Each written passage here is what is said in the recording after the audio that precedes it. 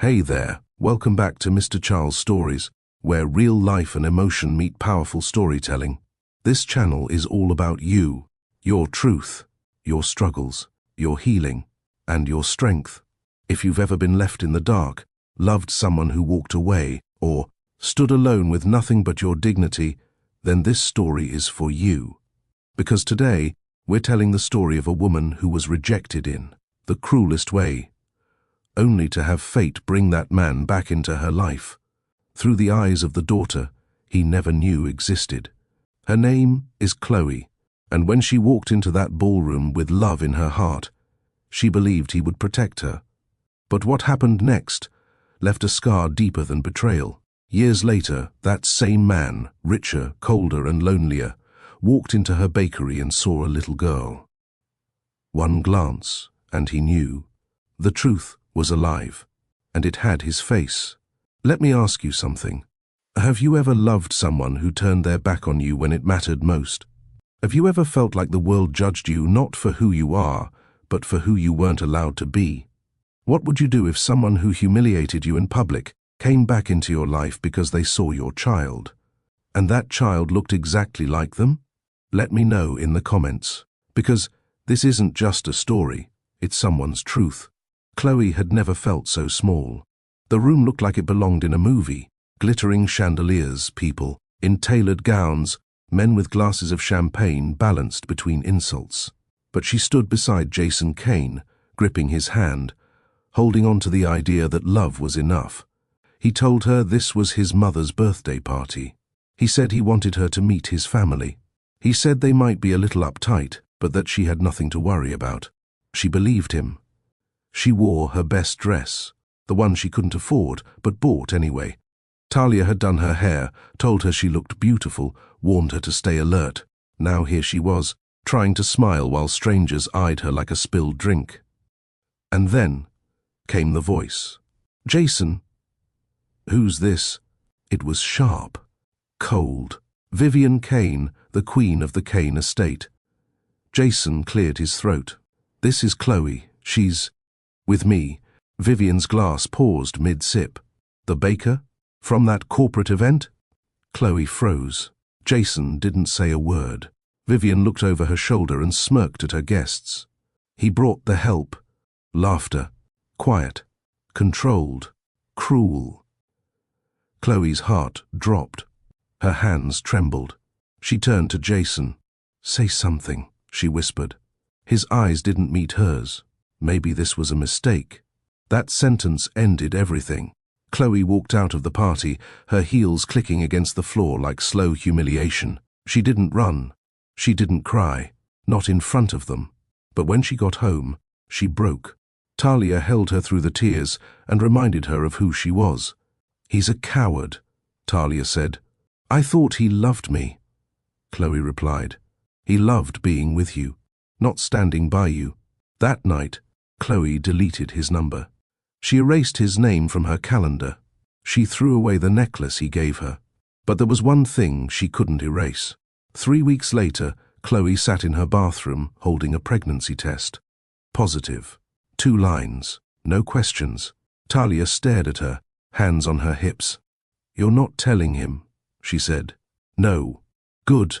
Chloe nodded, but inside, her chest felt like it might collapse. She wasn't ready. She didn't have money. She didn't have family. All she had was a bakery that barely broke even, and a best friend who showed up with cocoa every time life got hard. But when the baby kicked for the first time months later, Chloe smiled. When Hannah was born, and she cried for the first time, Chloe whispered, "I've got you." Even if no one else does. Hannah was beautiful. She had Chloe's warmth, her kindness, her curls, but her eyes, her nose, her expression when she concentrated, all Jason. Strangers noticed. Customers would say, "She looks just like someone famous." Chloe always smiled. She looks like herself.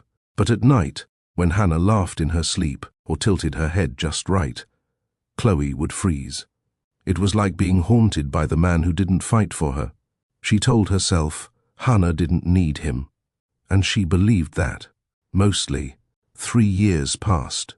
And then one morning, While Chloe wiped flour from her apron and adjusted the price board, she looked up and dropped her tray of croissants. Jason. He looked older, tired, wealthier, sadder. He didn't see her at first. He was looking at Hannah, who sat near the window, drawing in her coloring book. Jason smiled. "Cute kid," he said to the girl at the counter. "She's the owner's daughter," the girl replied. Jason turned and froze. "Chloe?" She didn't smile. "Jason, tell me in the comments, would you have told him the truth or walked away forever?" Hit like if you're already locked into this story. Click subscribe and stick around, because what happens next will test every part of what we call forgiveness. This is only the beginning. Chloe stood in front of a mirror she didn't own, in a house she had never stepped into, wearing a dress she bought on a credit card she hadn't even told Talia about. Jason was late picking her up, but she forgave that. He said he'd been on a long call with his mother, final touches on the guest list, vendors, the press, security, valet.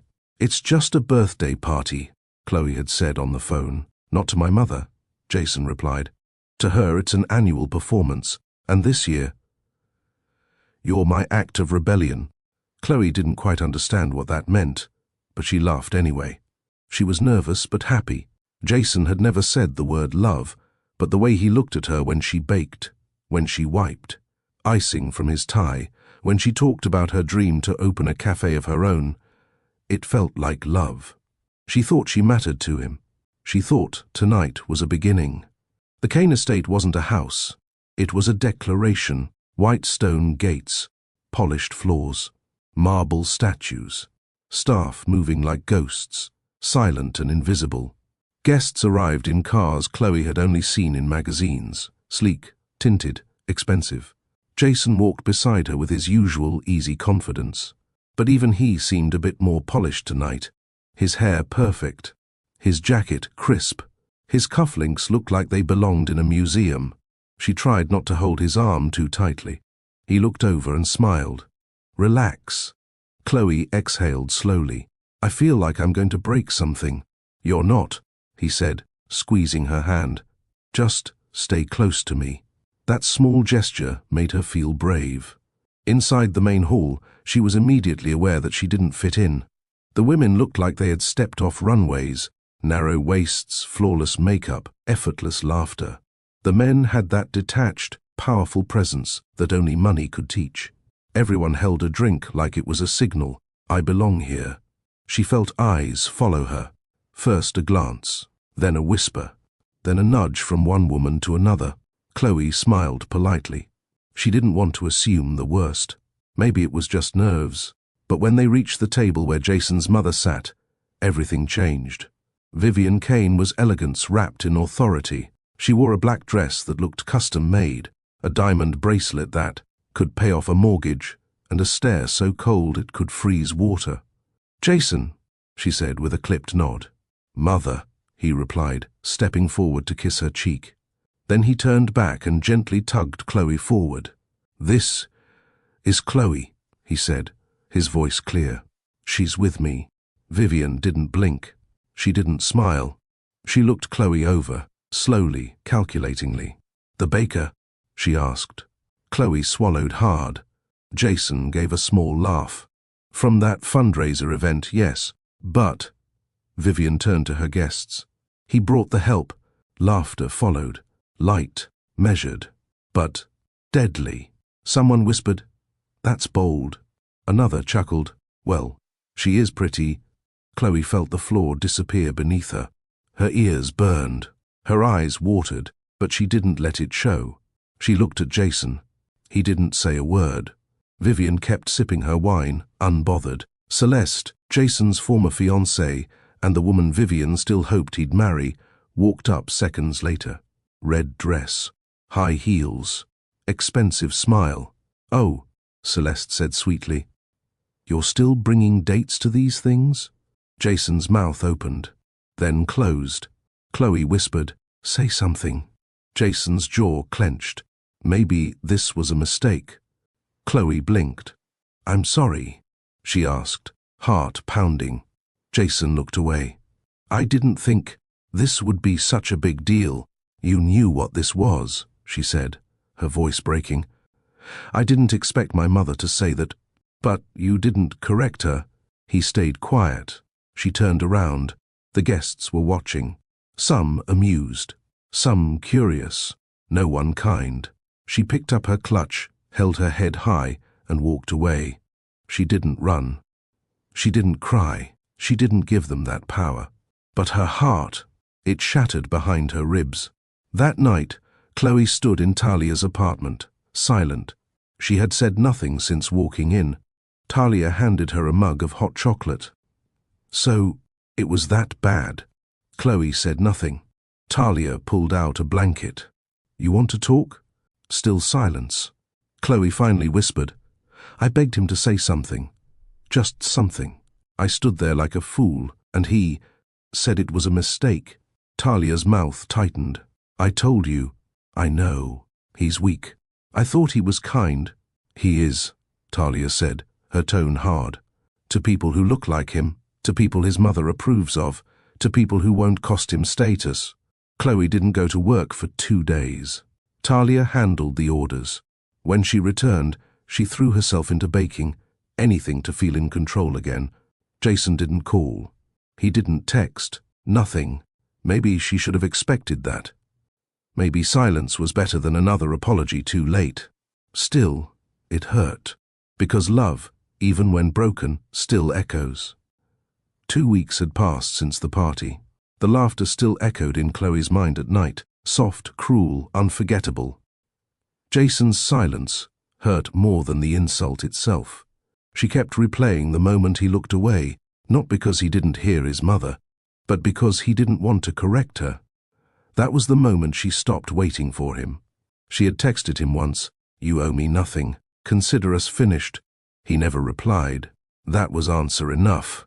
The bakery was all Chloe had. It wasn't big, just a walk-up shop with 2 tables inside and a chalkboard menu out front, but it was hers. Every inch of it smelled like cinnamon, caramel, and effort. The walls were painted pale yellow. Talia insisted it felt like morning, even when it's raining. It had been her dream long before Jason, and she poured everything back into it now. She woke at 4:30 a.m., rolled dough at 5. First muffins out by 6:15. Doors open at 7. It was easier than thinking. She didn't want to talk about him, or her, or how it felt to be erased in front of people who never saw her in the first place. But that's the thing about grief. It finds its way into the cracks. Talia walked in one Monday morning, holding a red folder. "Don't panic," she said. "Too late," Chloe replied, staring at the stack of unpaid invoices. "I've been managing the books while you've been emotionally unavailable," Talia said, dropping the folder on the counter. "And, I hate to say it, but we're down, like low-key in the red." Chloe ran a hand through her hair. "It's the end of the month. Things always dip." "This isn't a dip," Talia said. "This is a sinkhole. I can cover some of it." "With what?" "Exposure and pride." Chloe gave a small smile, but it faded quickly. "I'm serious," Talia said. "We're going to need a loan or something." Chloe shook her head. "No loans. No debt. Then you're going to need a miracle." Chloe looked out the window at the slow line of morning customers. "I'm fresh out of those." That evening, the bakery closed early. It had rained most of the day. Business was slow. The usual regulars were probably tucked inside warm homes with families and comforters and real kitchens. Talia locked up and stretched. "I'm out. I'll be back early tomorrow." Chloe nodded, eyes tired. Talia stopped at the door. "You sure you're okay?" "I'm getting there." Chloe cleaned up in silence, wiped counters, restocked sugars, labeled trays for the next day. She was about to head out when her stomach twisted. Sharp, sudden, deep. She dropped the bag of flour. Her first thought was food poisoning. The second was, no, not again. But the signs were there. Fatigue, nausea, the weird mood swings. She walked out of the bakery, locked the door, and went straight to the pharmacy down the block. 10 minutes later, she sat in her apartment staring at a plastic stick. 2 lines. Talia came in to find Chloe sitting on the couch in the dark. No TV, no lights, just her and the test on the table. "Talk to me," Talia said, slowly approaching. Chloe pointed. Talia looked down, then sat beside her. "Is it his?" she asked. Chloe nodded. Talia exhaled. "You didn't tell me you two were still—" "We weren't. Not after that night. It must have been before." Silence. Then Talia leaned back and said, "Well, damn." For days, Chloe said nothing. She went to work. She smiled. She baked. But something had shifted. Not fear, not quite anger either. Something more. Anchored. She wasn't going to tell him. Talia supported that fully. "You don't owe him access to her, or him, or it, or whatever," she snapped. "I know. You want me to help schedule a termination appointment?" Chloe thought about it. Really thought. And then said, "No." Talia nodded once. "Then we figure it out." That was all Chloe needed to hear. Pregnancy wasn't easy. She threw up during baking. Her ankles swelled by noon. She had to sit between batches just to stay upright. But Chloe didn't complain. This baby wasn't about regret, or revenge, or shame. It was hers. She found a small OB/GYN clinic with sliding scale payments. Talia came with her to the first appointment, cracking jokes the entire time. When the heartbeat played on the screen, Chloe closed her eyes and whispered, "Hi, I'm your mom." The delivery wasn't magical. It wasn't Instagram-worthy. No fairy lights. No partner holding her hand. No gentle music in the background.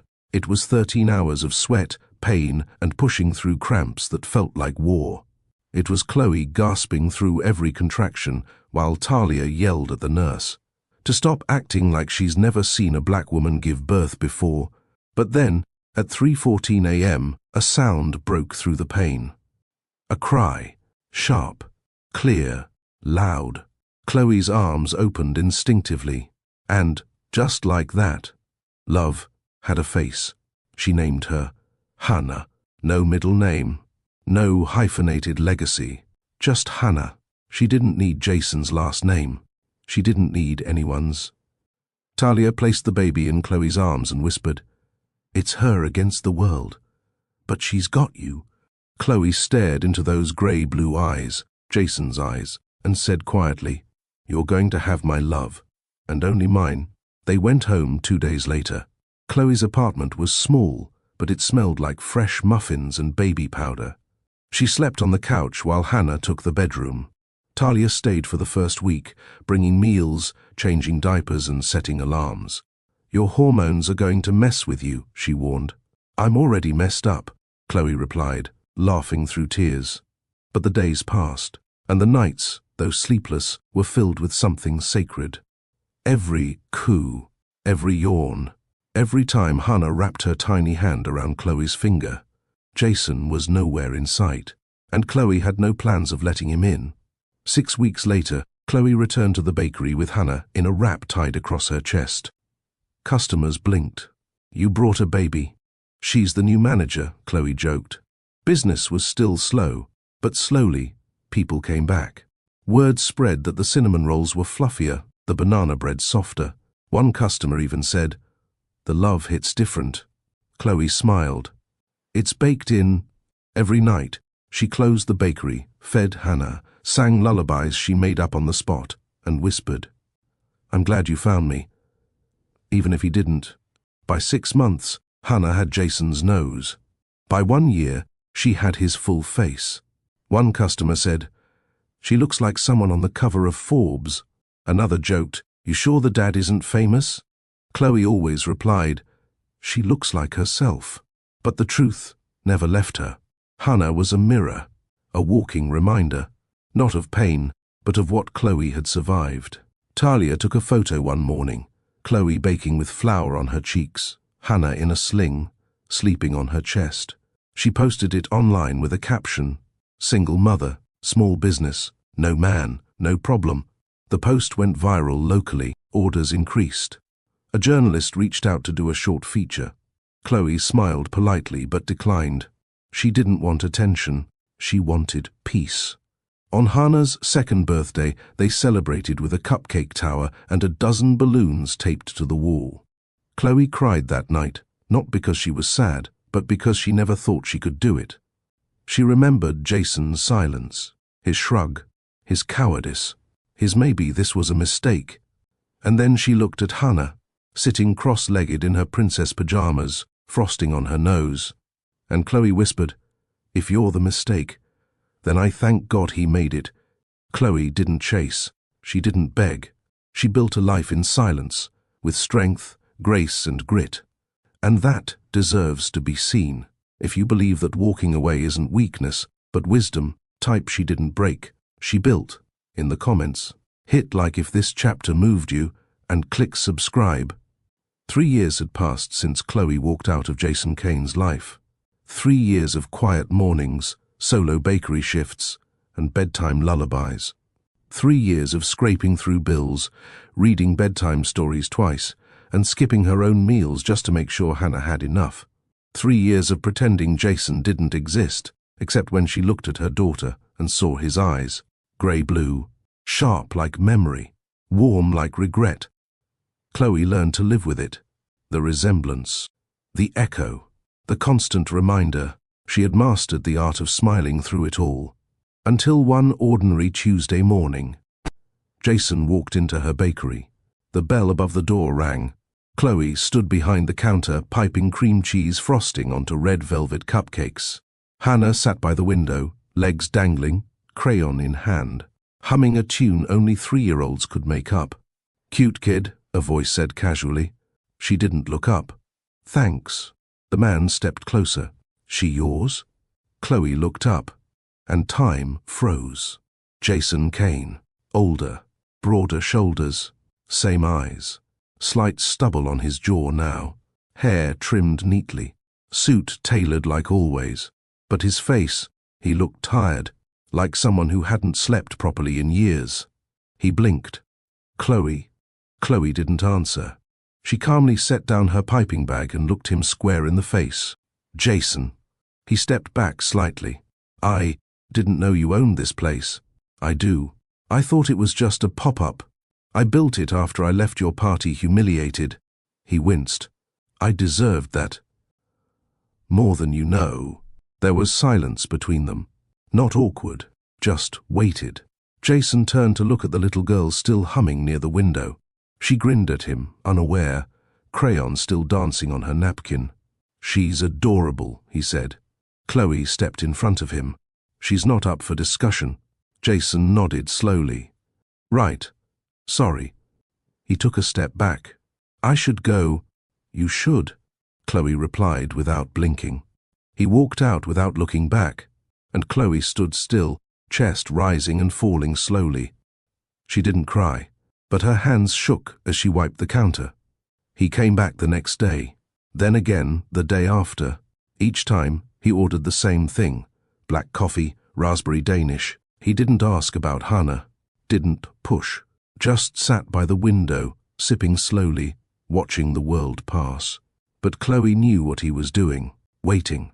And on the 4th day, he finally asked. "Chloe," he said, gently placing his cup on the counter. She glanced at him. "What?" Jason cleared his throat. "I need to ask you something. Not to cause problems, not to make a scene." She folded her arms. Then asked quietly. He looked over at Hannah.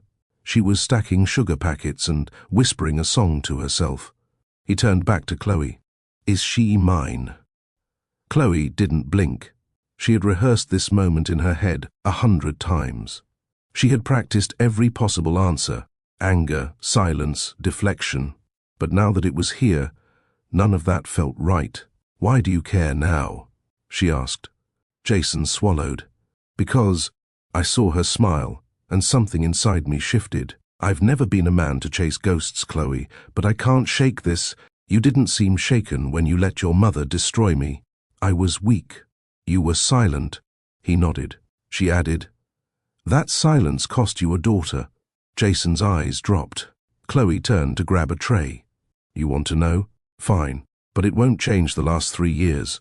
You lost them. I know. Then don't expect grace. I don't. I just need truth. She looked at him again, deeply, painfully. She's yours. Jason stood still, processing. Chloe waited for an outburst, a denial, a question. Instead, he nodded slowly. I want a test, he said gently. Not to challenge you, but to make it real, on paper, in blood. Chloe raised an eyebrow. You think I lied? No, he said quickly. I think I abandoned you. And I want to own every part of that now. She thought for a moment, then whispered, Fine. He blinked. You get one shot. You do this clean. Quiet. No drama. No press. No lawyers. Jason nodded. And if that paper tells you what you already know, Chloe said slowly, you don't get to walk away twice. He whispered, I won't. The test happened the next morning. Jason brought Miles, his longtime assistant, now with graying temples and softer eyes. The clinic was small, discreet, and neutral. Chloe filled out paperwork, while Hannah played with a stuffed rabbit. Jason sat quietly on the far side of the waiting room. Hannah didn't know who he was, but she looked at him like she somehow recognized something in his face. She even smiled when their eyes met. That made Chloe clench her jaw. The swab took 5 minutes. Jason didn't flinch. Hannah sat calmly. Jason watched Chloe as she buckled Hannah back into her seat after. Thank you, he said, voice low. I'm not doing this for you, she replied. She deserves to know. He reached into his coat and handed her an envelope. What's this? If it's positive, which it will be, I want you to read that. Chloe didn't take it at first. Then, slowly, she reached out, grabbed it, and tucked it into her purse. He watched her close the door without another word. 3 days later, the results arrived. Jason received his copy early. Chloe opened hers that night after closing the bakery. She sat at her kitchen table, Hannah asleep in the next room, and read the line 3 times. Probability of paternity, 99.9999%. She didn't cry. She didn't feel vindicated. She felt still. Then she opened the envelope Jason had given her. Inside, a single sheet of paper, handwritten. I didn't protect you when you needed me. I listened to voices that didn't deserve a seat at our table. But I see now what I lost, and I won't miss another day. Not if you'll let me try. Jason. Chloe closed the letter and stared at the ceiling.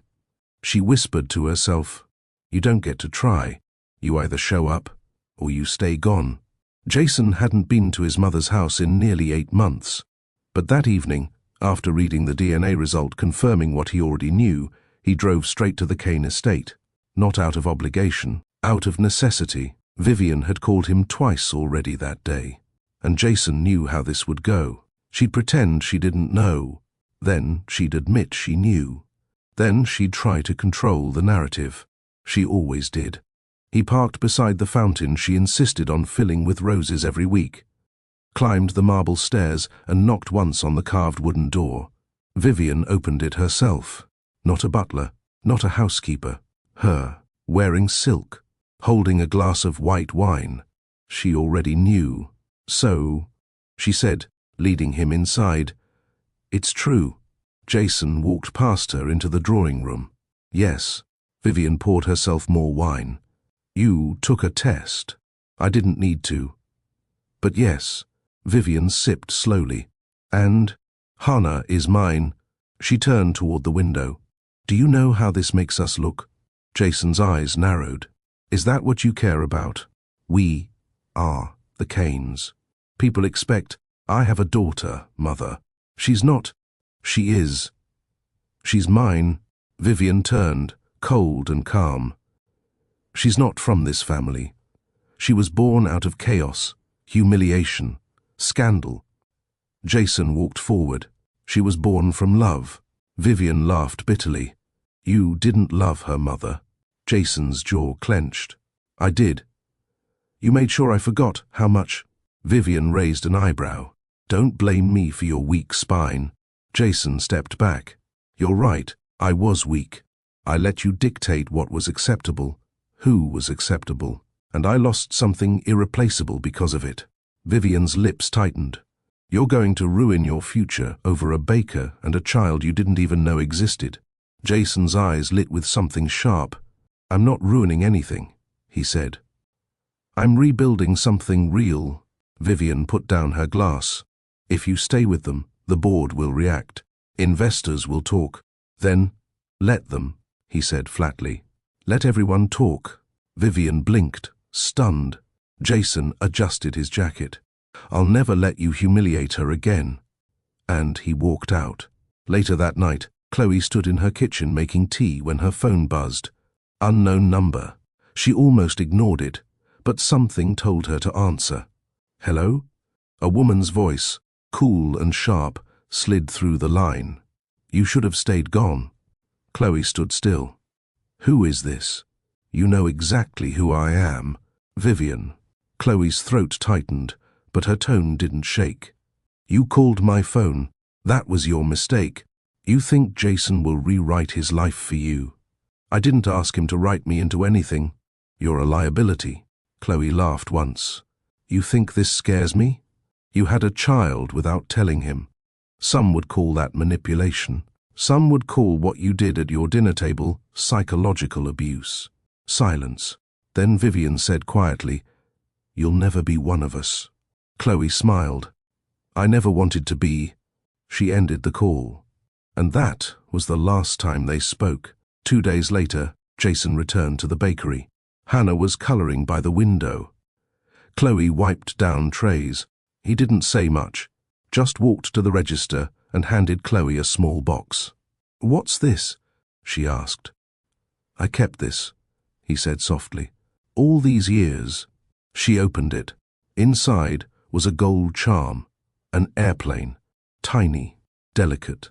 The same one she had once jokingly pointed at in a store window when they were still, whatever they were. You remembered. I tried to forget, he admitted. But I couldn't. She held the box for a second. Why now, Jason?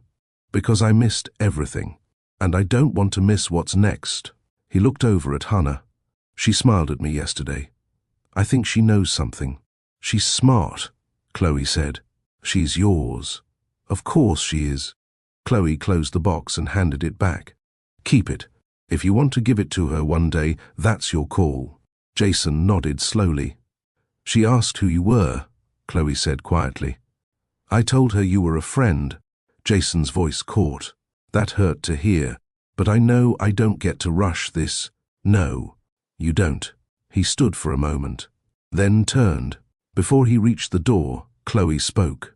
She likes strawberry milk and bedtime stories, and when she's nervous, she picks at her left sleeve.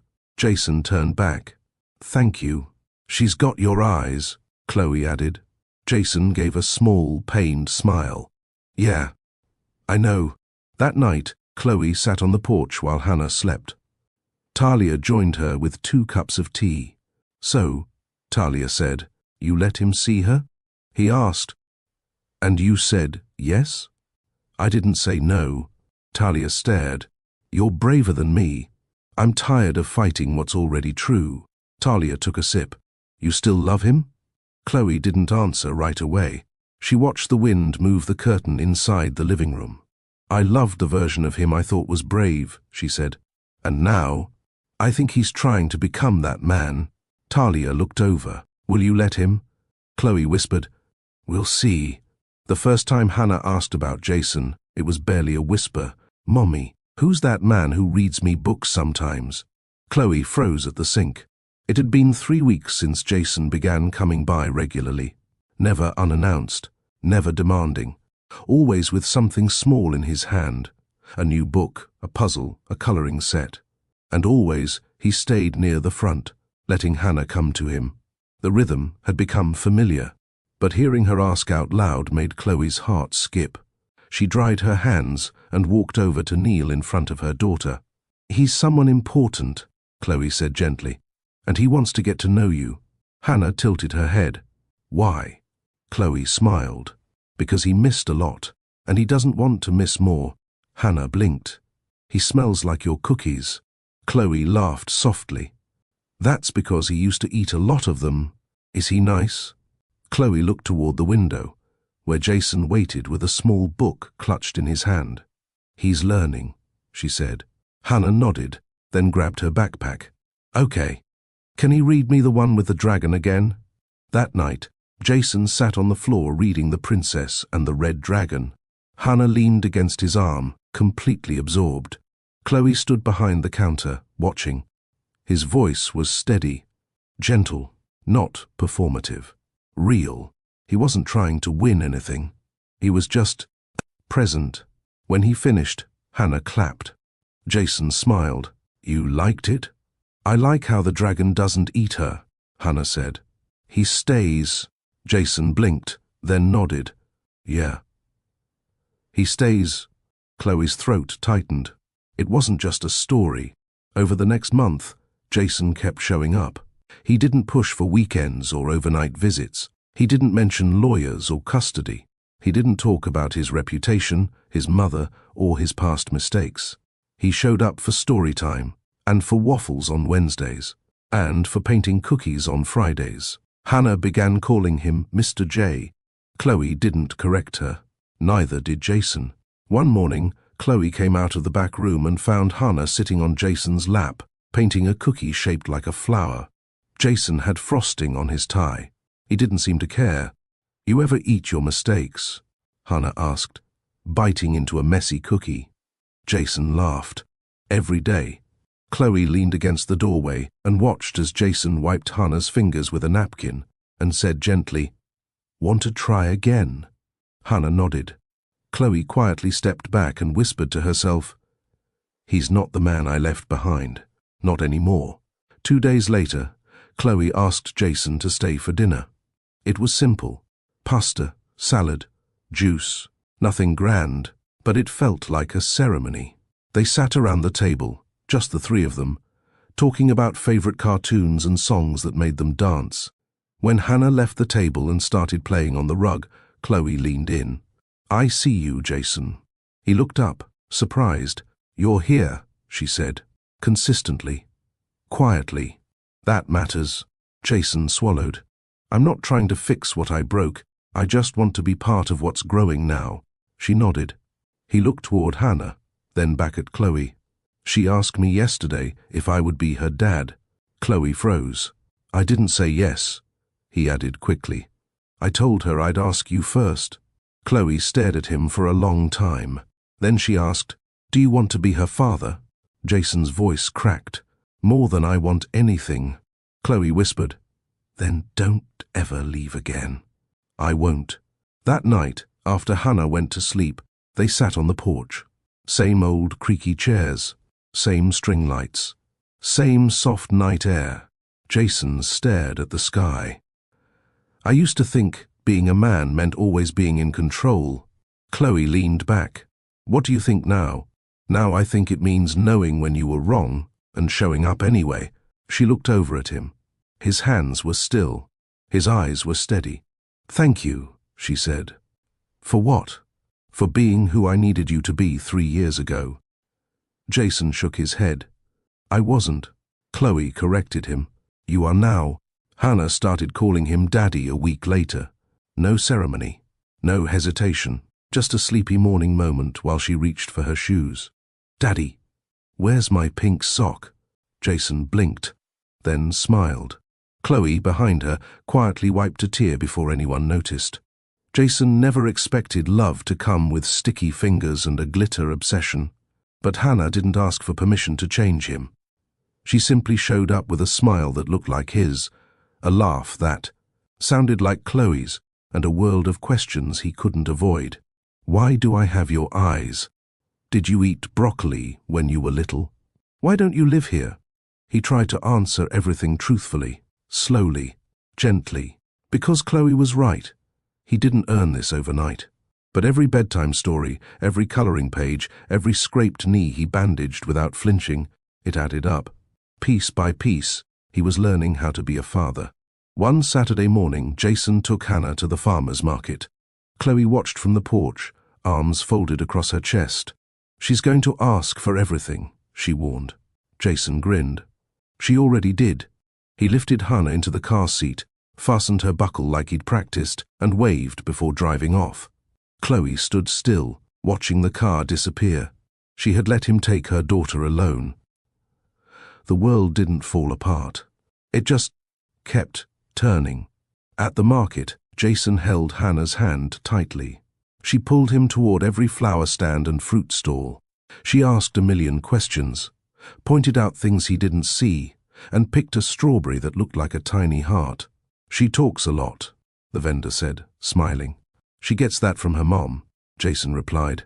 "She looks like you, though." Jason paused. "I know." Back at home, Chloe worked through inventory and prepped dough for Sunday's rush. The bell above the door rang once. "Be right with you," she called from the kitchen. She walked out and froze. Vivian, standing there in pearls, sunglasses, and a forced smile. Chloe didn't speak. Vivian looked around slowly. "It's cozy." Chloe crossed her arms. "You lost." Vivian removed her sunglasses. "I came to see the child." Chloe stepped forward. "She's not on display. I just want to look at her." "No." Vivian sighed. "He's ruined everything for her." Chloe blinked. "You mean he's made space for her? She will never be accepted in our world." "Then thank God," Chloe shot back. Vivian straightened her back. "You think you've won? There was no game. Just a man, a woman, and a child. You tried to control him. You lost. She doesn't belong with us. She belongs with people who love her." Vivian stared coldly. "You'll regret keeping him tied to this." Chloe took a deep breath. "You regret the wrong things, Mrs. Kane." When Jason returned, Chloe was waiting on the porch. "She came," she said before he could speak. He didn't have to ask who. She asked to see Hannah. Jason rubbed his forehead. "I'm sorry. She doesn't scare me. I should have warned you. You should have stood up to her years ago." He sat beside her. "I didn't know how," he admitted. Chloe looked over at him. "And now? I still don't know how. But I'm not letting her near Hannah again." "That I do know." They sat quietly. Inside, Hannah sang to herself while arranging her flowers in a glass jar. Jason whispered, "She looks so much like me." Chloe nodded. Every day. That night, Hannah asked to sleep in her parents' bed. Jason hesitated. "You sure?" Chloe looked down at her daughter in her pink pajamas. She had a long day. Jason climbed in on one side, Chloe on the other. Hannah curled up between them like it was always meant to be. For a while, no one spoke. Then Hannah whispered, "Mummy?" "Yes, baby?" "Did Daddy come back because I asked?" Chloe's eyes welled up. She looked over Hannah to where Jason lay, still and silent. "No," Chloe said softly. "He came back because he finally grew up." Jason's voice cracked in the dark. "And I stayed because of you." Hannah giggled. "Even when I eat all the cookies." "Even then," they said together. Jason was learning fatherhood in real time. It wasn't about big gestures. It was small things, mundane things. Remembering which stuffed animal Hannah couldn't sleep without, knowing she liked her milk warm, not hot. Understanding that when she picked at her food, she was either bored or nervous, not stubborn. He never complained. Not when she spilled juice in his car. Not when she interrupted his calls with off-key singing. Not even when she accidentally called the toaster Daddy and laughed so hard she nearly choked on her cereal. He was learning her rhythm. And Chloe? She was watching all of it unfold. The neighbors had noticed. They saw Jason arrive early, leave late. Some asked questions. Most didn't. One evening, Mrs. Langford from across the street waved Chloe over while she watered her garden. "That him?" she asked, nodding toward Jason, helping Hannah ride a scooter in the driveway. "Yes. He looks softer than he did years ago." Chloe smiled faintly. "He is. You letting him back in?" Chloe looked at Jason holding Hannah's hand, running beside her like the sidewalk was a racetrack. "I'm letting him show me who he is now," she said. Mrs. Langford gave a knowing nod. "That's more than most get." Later that night, Chloe found Jason in the kitchen washing dishes. You don't have to do that, she said, drying her hands. I want to. She leaned against the counter. He asked, Why didn't you tell me? She paused, then said, Because you didn't fight for me, and I wasn't going to beg a man who couldn't say my name with pride. Jason stared at the sink. I was scared of losing everything. I was everything. He turned slowly. I know that now. Chloe crossed her arms. And what do you plan to do with that knowledge? Be better, he said, and stay. The next morning, Hannah ran into the bakery carrying a paper crown she made in daycare. Look, Daddy, she yelled. I'm the Queen of Muffins. Jason bowed dramatically. Your Majesty. Chloe burst out laughing from behind the counter. It was a sound she hadn't heard from herself in years. Full, free. Customers noticed too, the warmth between them, the way Jason glanced at Chloe like she hung the moon, the way Hannah danced between them like her parents had never been apart. Someone asked Talia, Are they back together? Talia shrugged.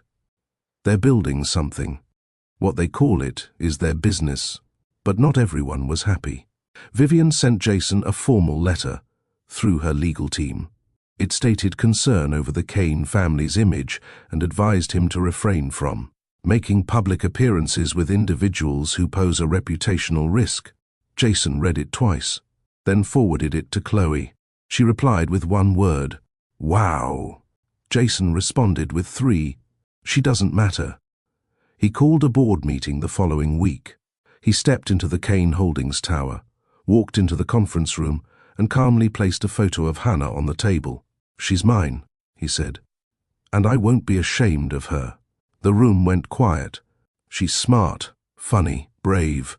Everything we say this company stands for.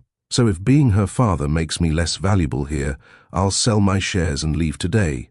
No one responded. Jason looked each board member in the eye. Now, if that's all, I've got to go pick up my daughter from daycare. And he walked out. That night, Chloe lit 2 candles on the kitchen table. She had cooked his favorite meal, spaghetti with garlic bread and a simple side salad. Jason looked surprised. What's all this? Chloe poured him a glass of lemonade. You showed up for her. He blinked. Of course I did. You stood up to your mother. I had to. You didn't have to do any of it, Jason. But you did. He looked down. Chloe continued, You've changed. He met her eyes. Not completely, she added. I still see glimpses of who you were. Jason nodded slowly. I'm not proud of that man. I'm not asking you to erase him. I'm asking you to never become him again. I won't. They sat in silence. Then Chloe said, You can sleep here tonight. Jason inhaled slowly. With you? With us? Jason didn't sleep much that night, not because the couch was uncomfortable. Chloe had given him a spare blanket, and Hannah had insisted he sleep with her purple dinosaur pillow. He didn't sleep because he couldn't stop watching them. From the couch, he saw the dim light of Chloe's room, heard her soft hum as she brushed Hannah's curls, listened to their good-night ritual. Good night, Mommy. Good night, my moon. And good night to Daddy, too. A pause. Even if he snores. Jason chuckled quietly into the pillow. It felt surreal. For the first time in his adult life, success wasn't measured in contracts or board votes. It was the sound of his daughter giggling in her sleep down the hallway. The next morning, he made pancakes. Not the boxed kind, the real deal. Chloe walked in, rubbing her eyes. You cook? Jason flipped a perfect golden pancake. I YouTubed it at 3 a.m. She raised a brow. Because I didn't want her first memory of me making breakfast to be burnt eggs. Chloe grabbed a mug and poured herself coffee. Smart. Hannah ran out in her pajamas, barefoot, and hugged Jason's legs. Daddy, can I have the first pancake? You can have the best one, he smiled. Chloe watched the scene like it wasn't hers, like she had stepped into someone else's life. But it was hers now. And it was good. Later that day, Talia stopped by the bakery. She stared at Jason's stocking shelves like he'd been doing it his whole life. Well, she said, I see the ghost of heartbreak past is now folding muffin liners. Jason grinned. Hi, Talia. She nodded. You still walk like a CEO. I still am one. Funny. You look more like a dad now. He smiled. That's the goal. Chloe emerged from the kitchen and hugged Talia. Jason took Hannah out to the porch so the women could talk. Talia leaned against the counter. So, this is real now? Chloe nodded. Feels like it. You trust him? Chloe looked out the window where Jason was tying Hannah's shoes and saying something that made her laugh. I trust what I see. That weekend, they took Hannah to the park. Jason wore sneakers. Chloe brought snacks. Hannah wore a tutu over her jeans, because why not? They laid out a blanket. Hannah played tag with a little boy from school while Chloe rested her head on Jason's shoulder. I missed this, he said. Chloe looked at him. I missed ordinary. She nodded. It's not glamorous, but it's ours. Jason turned slightly. Can I ask you? Chloe raised a brow. Is this going to ruin the moment? Depends. Ask. He exhaled. What would you think about us moving in together? Chloe sat up. Jason held up both hands. Not because I want control, not because I need to prove anything. Just, Hannah asks every night why we're not all in the same place. Chloe looked away. You're asking to move into our peace, she said. I'm asking to protect it. She didn't answer right away. Then she said, I'll think about it. Jason nodded. That's all I needed. That night, after Jason left, Chloe sat on the porch. She watched the stars, counted how many months had passed since he walked back into their world, thought about how many times he had chosen them, quietly, consistently. She pulled out her journal, wrote one line. He is not the man I loved. He is the man I now believe. The next morning, Jason arrived earlier than usual. Hannah was still in bed. Chloe was in the kitchen, flour on her cheeks. He held up a small envelope. She froze. Please don't be another test. Jason laughed. No, it's just something small. She wiped her hands and opened it. Inside was a photo. Her and Hannah, taken months ago. One she didn't even know he had snapped. Hannah was laughing. Chloe was looking down at her with the softest expression. On the back, a note. This is why I came back. This is what I almost lost. Chloe held the photo to her chest. She didn't speak. She didn't have to. Jason was adjusting to fatherhood like it was his second skin. Early mornings with Hannah brushing her doll's hair beside him while he checked email. Midday bakery runs where he handled the register while Chloe prepped orders. Evenings on the porch, watching the sun set with Chloe curled into his side. He never asked for more, not after everything he'd lost. He was grateful for every piece she gave him. But life has a way of testing peace, and that test came with red lipstick, high heels, and a voice he hadn't heard in over a year. Celeste. She walked into the bakery like she owned it, like time had stopped the moment she left. Chloe looked up from the espresso machine and froze. She knew who it was before she even turned fully.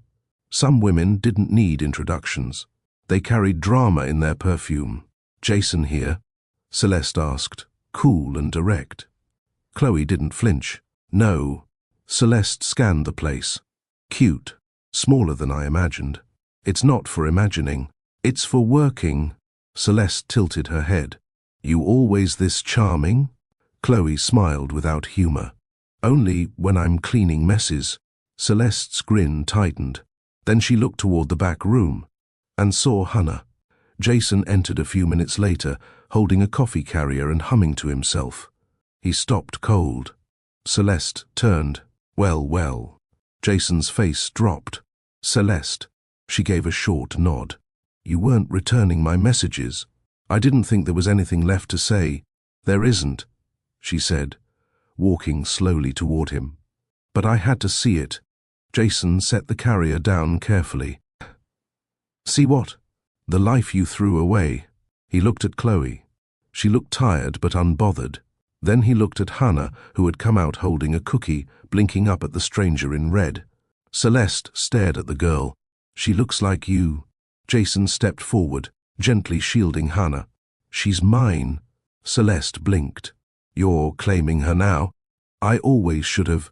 Chloe placed a hand on Hannah's shoulder. "Go back and finish your drawing, sweetheart." Hannah obeyed. Celeste crossed her arms. "So this is your new world?" Jason nodded. "It's the real one. You're choosing this over what we had."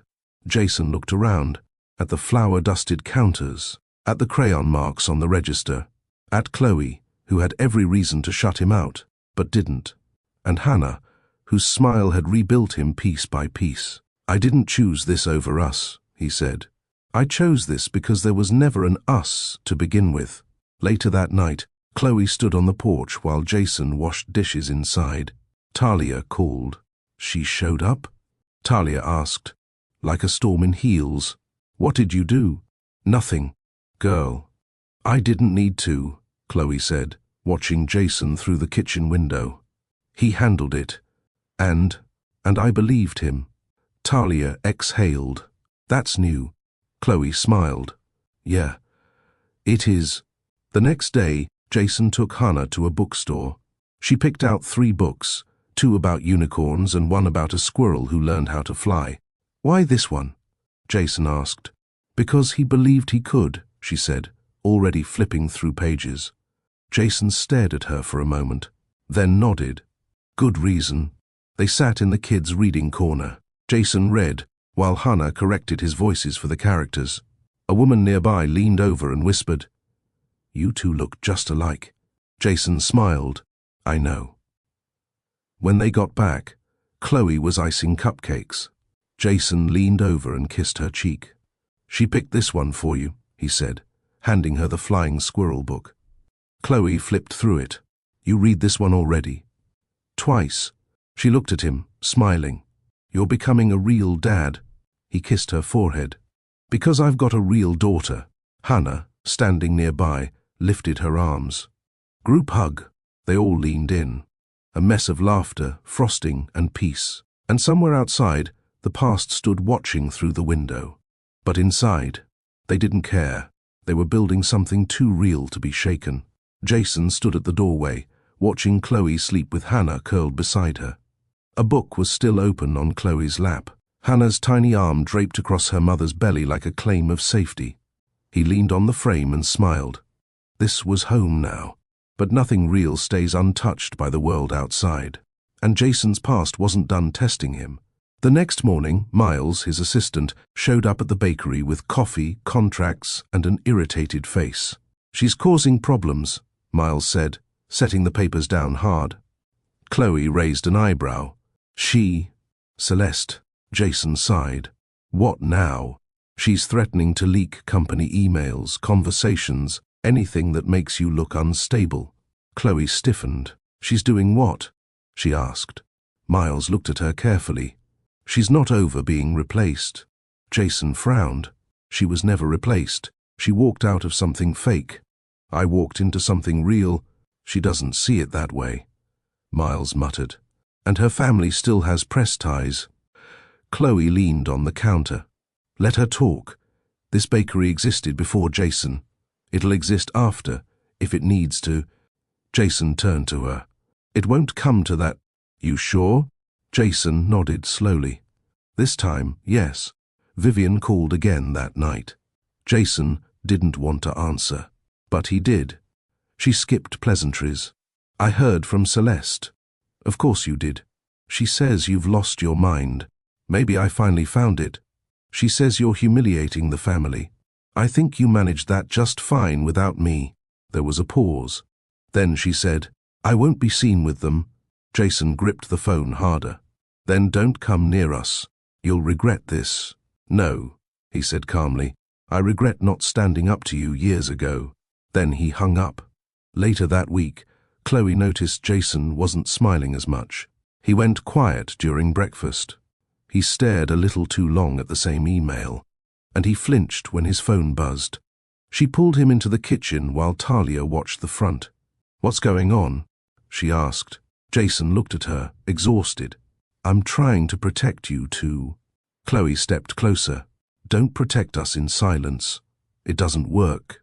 Jason's voice cracked. I don't want to ruin this. You're not. He looked at her, eyes glassy. I've ruined everything I've ever touched. She cupped his face. You didn't ruin me. You gave Hannah a father. He kissed her palm. She kissed his lips. And for a moment, the noise stopped. The next day, Jason stood at a press conference for his company. Questions came fast. Why did you resign your CEO role? Is it true you fathered a child with a former employee? Are you being sued? Jason smiled calmly. I stepped down because my priorities changed. My daughter taught me more than boardrooms ever did. Do you admit the child is yours? I celebrate that she is. Are you still with the woman? I'm with the woman I should have never left. Reporters murmured, flashes fired. But Jason didn't flinch. He walked off that stage and went straight to the bakery. Chloe had seen the whole thing on a laptop in the kitchen. She didn't say a word. She simply walked over and hugged him tight. That night, she invited him to stay, not as a guest, but as something closer. He helped bathe Hannah, read her books, clean the dishes. When the lights dimmed and Hannah fell asleep, Jason stood by the window, nervous. Chloe walked up behind him, arms wrapping around his waist. I saw what you did, she whispered. I meant every word. I know. She turned him around and touched his shirt collar. You ready to stop living in pieces? I want to live where you are. Chloe didn't reply. She kissed him. Slow, deep, like a new beginning. Later, curled together on the couch, Jason traced her fingers and said, I still hear my mother's voice in my head. Chloe whispered, I still hear yours from that night you left me. Jason's eyes welled. I'm sorry. I know. You think, I can be enough now. She kissed his forehead. You already are. Hannah came into the room holding a drawing. 3 stick figures, one tall with brown hair, one curly-haired with a dress, and one tiny with pigtails. What's this? Chloe asked. Hannah pointed. You, me, and Daddy. Jason froze. You called me. I heard Mama say it, Hannah said proudly. And I like it. Jason pulled her in and kissed her hair. I like it too. Sunday afternoons used to mean noise, baking, cartoons, sweeping, Hannah giggling as flour dusted her nose. But this Sunday was different. It was quiet. Not because anyone was angry, because everyone was content. Jason sat on the rug beside Hannah, carefully helping her piece together a puzzle. The edges didn't always fit, but they kept trying. Each piece mattered. Each piece was part of something whole. Chloe stood in the kitchen, watching them. This was healing. This was enough. Still, the outside world wasn't done with them yet. Talia barged in that afternoon, like she owned the door. And to be fair, she kind of did. Okay, she said, tossing her purse on the counter. Why is the internet exploding with your man's face and your child's likeness? Chloe blinked. What? Talia turned her phone around. A gossip site. Full headline. CEO leaves fame for family. Meet his hidden daughter and the woman he rejected. Underneath, a photo of Jason at the press conference. Then, a blurred photo of Chloe behind the bakery counter. And finally, a stolen snapshot of Hannah walking home from school with Jason. Chloe's stomach dropped. Jason walked in behind her, saw the screen, and went still. I told them not to involve her, he said tightly. You think the press cares about your requests? Talia snapped. Hannah peeked from the hallway. Mom? Why's Auntie mad? Jason gently turned her around. Go finish your puzzle, sweetheart. When she was out of earshot, Chloe turned to him. This is what you were afraid of. He nodded. I wanted to handle it before it got this far. And now? Jason's jaw flexed. Now we protect her, together. That night, Jason sat down with Chloe and Talia over tea. I can hire a media team, he said. Block search engines. Get defamation lawyers. And what do I tell Hannah at school? Chloe asked quietly. When other kids start repeating what they hear at home. Jason looked pained. Talia softened. You do what you've always done, Chloe. You show her strength, Jason added, and I'll show her she's never alone again. The next morning, Jason walked Hannah to school. He didn't wear sunglasses or a cap. He didn't shrink. Other parents stared. Some whispered. One bold woman muttered, "Must be nice, living in a fairy tale now." Jason stopped and turned. "No," he said. "This is a life we fought for. And we're still fighting." He kissed Hannah's head. "Come on, love." She grinned up at him. "I'm not scared, Daddy." He smiled. "Me neither." Chloe watched from the bakery window, heart full and heavy at once. The man who once let her walk away was now walking their daughter into her future. She whispered, "Let them stare." Talia came up beside her. "You still love him, don't you?" Chloe didn't blink. "I never stopped." That evening, Jason came home with a simple bouquet. Daisies. Chloe's favorite. "I didn't come to impress," he said. "I came to stay." Chloe took the flowers. "You sure about that?" Jason stepped closer. "I've got therapy twice a week. I stepped down as CEO. I've got a lawyer cleaning up the press. But none of that scares me as much as losing the two of you again." She stared at him. "You're different." "I had to break," he said, voice low, "so I could rebuild." Chloe didn't answer right away. She stepped aside and let him in. They made dinner together. Spaghetti, garlic bread, over-sweet lemonade. After dishes, Jason sat with Hannah, drawing and laughing. Later, Chloe handed him a blanket on the couch. He caught her hand. "I don't need a bed, but can I have a promise?" Chloe raised a brow. "That you won't disappear," he said. "Even if we fight, even if I mess up." She looked into his eyes. "I'll promise that if you promise one thing, anything, stay real." Jason nodded slowly. "No more hiding," he said. "No more shame," she replied. And they sealed it with a kiss that wasn't rushed or fiery. It was steady, quiet, true. Weeks passed. The bakery boomed with new orders, half because of the gossip, half because of the story behind the gossip. Customers wanted to support Chloe. Parents brought their kids to meet the little girl who made a CEO cry on stage. Jason started teaching Hannah how to budget her allowance. Every Friday became movie night. Every Sunday became Hannah's day, where she chose what they'd all do. One Sunday she asked, "Can we go see where Daddy grew up?" Jason hesitated, but then he said yes. They drove to the estate, Vivian's estate. Chloe wore jeans and a white blouse. Jason held her hand the entire way. Hannah sat in the back, kicking her feet and humming. Vivian opened the door in pearls and disbelief. "You brought them here," she said sharply. Jason stepped forward. "She asked to know her family." Vivian glanced at Hannah, then at Chloe. "I suppose this is your way of embarrassing me further." "No," Chloe said softly.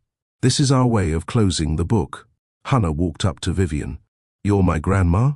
Vivian blinked. "I suppose I am. Do you like cookies?" Vivian hesitated. "Why?" "Because my mom makes the best ones. You should try."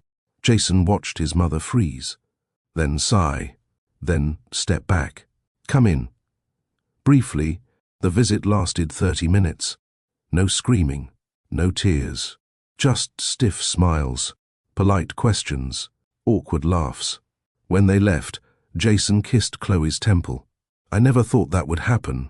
"She didn't melt," Chloe teased. "She didn't bite." Progress. Back home, they settled on the porch. Hannah colored hearts on the wood steps again.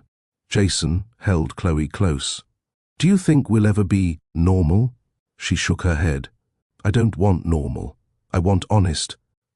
"You have that." She looked up at him. "And you?" Jason kissed her hand. "I have everything I lost, and everything I never knew I needed." The stars came out slowly. Hannah yawned. Chloe whispered, "Come inside, baby." Jason lifted her easily. Chloe turned to him before heading in. "This all started with you rejecting me." Jason smiled. "And ended with you choosing me." She smiled back. "No, it started with pain. but it ends with love. It had been 6 months since the media storm, the press conference, and the day Chloe let Jason stay. 6 months of slow trust, of building a routine, of healing. But some wounds didn't close quietly. Some echoed in dreams, in glances, in the quiet spaces between moments. Chloe was learning to forgive him, but she hadn't forgiven herself. That morning, she woke up before the sun. Jason was still asleep, his arm draped over her waist. Hannah had crept into their bed sometime during the night, her tiny fingers now curled into Chloe's hair. Peace lived in these early hours, but guilt still whispered. She slipped out quietly, pulling on her robe, and walked into the kitchen. The bakery order list was thick. She had clients to call, invoices to review, a new batch of sugar-free cupcakes to test. But all she could think about was the day she left that party 3 years ago. How small she felt. How loud the silence had been when Jason didn't defend her. She turned the faucet on and stared at her reflection in the window. "Why does it still hurt?" she whispered. Behind her, Jason's voice answered. "Because it mattered." She turned slowly. He stood in the doorway, holding Hannah's favorite stuffed elephant. "I didn't mean to eavesdrop," he said. "But I heard you." Chloe looked down. "I know you're doing better. I know you love us. I just haven't figured out how to let it all go." Jason nodded. "Then let me help." They spent that morning side by side at the bakery. Jason took orders, spilled flour, made kids laugh with terrible cookie jokes. Chloe taught him how to roll dough properly. Customers smiled at them like they'd always belonged to each other. But that night, the weight came back, and Jason did something he hadn't done before. He asked Chloe to write it down. Every hurt, every moment you wanted to scream, every time you felt alone, write it down. And when you're ready, read it to me. She stared at him. "Why?"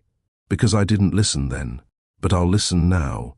It took her 4 days, 4 nights of sitting with memories. She wrote about the first time Jason held her hand and the last time he let it go. She wrote about Hannah's birth, the silence, the screams, the cold bed, the missed calls that never came.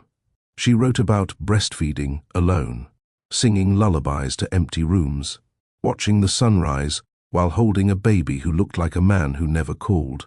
She cried, then wiped her tears, then kept writing. On the 5th night, she handed Jason the notebook. "I don't want you to say anything after," she said. "Not right away." He nodded. She read every word. She didn't hold back. She told him about how she couldn't look at herself in mirrors for months, how even Hannah's smile sometimes made her ache, how she feared she'd become bitter, like the women she swore she'd never be. Jason sat with his hands in his lap, silent, listening. When she finished, she stood. He stood too. And then, he did not speak. He knelt, not to beg, to honor her pain. He took her hand and pressed it to his chest. And only then did she whisper, "I forgive you." But the next day, the world didn't shift. The sun still rose. The bills still came. But something in Chloe felt lighter. Jason didn't change overnight either, but his steps were slower, more present. He paid attention to what she didn't say. He learned when she needed space, when to make tea, when to sit close, when to let her cry without fixing. He was becoming the partner she didn't believe she'd ever have. Hannah's birthday came in early spring. They threw a small party at the bakery. Talia made cupcakes. Miles brought his nephew.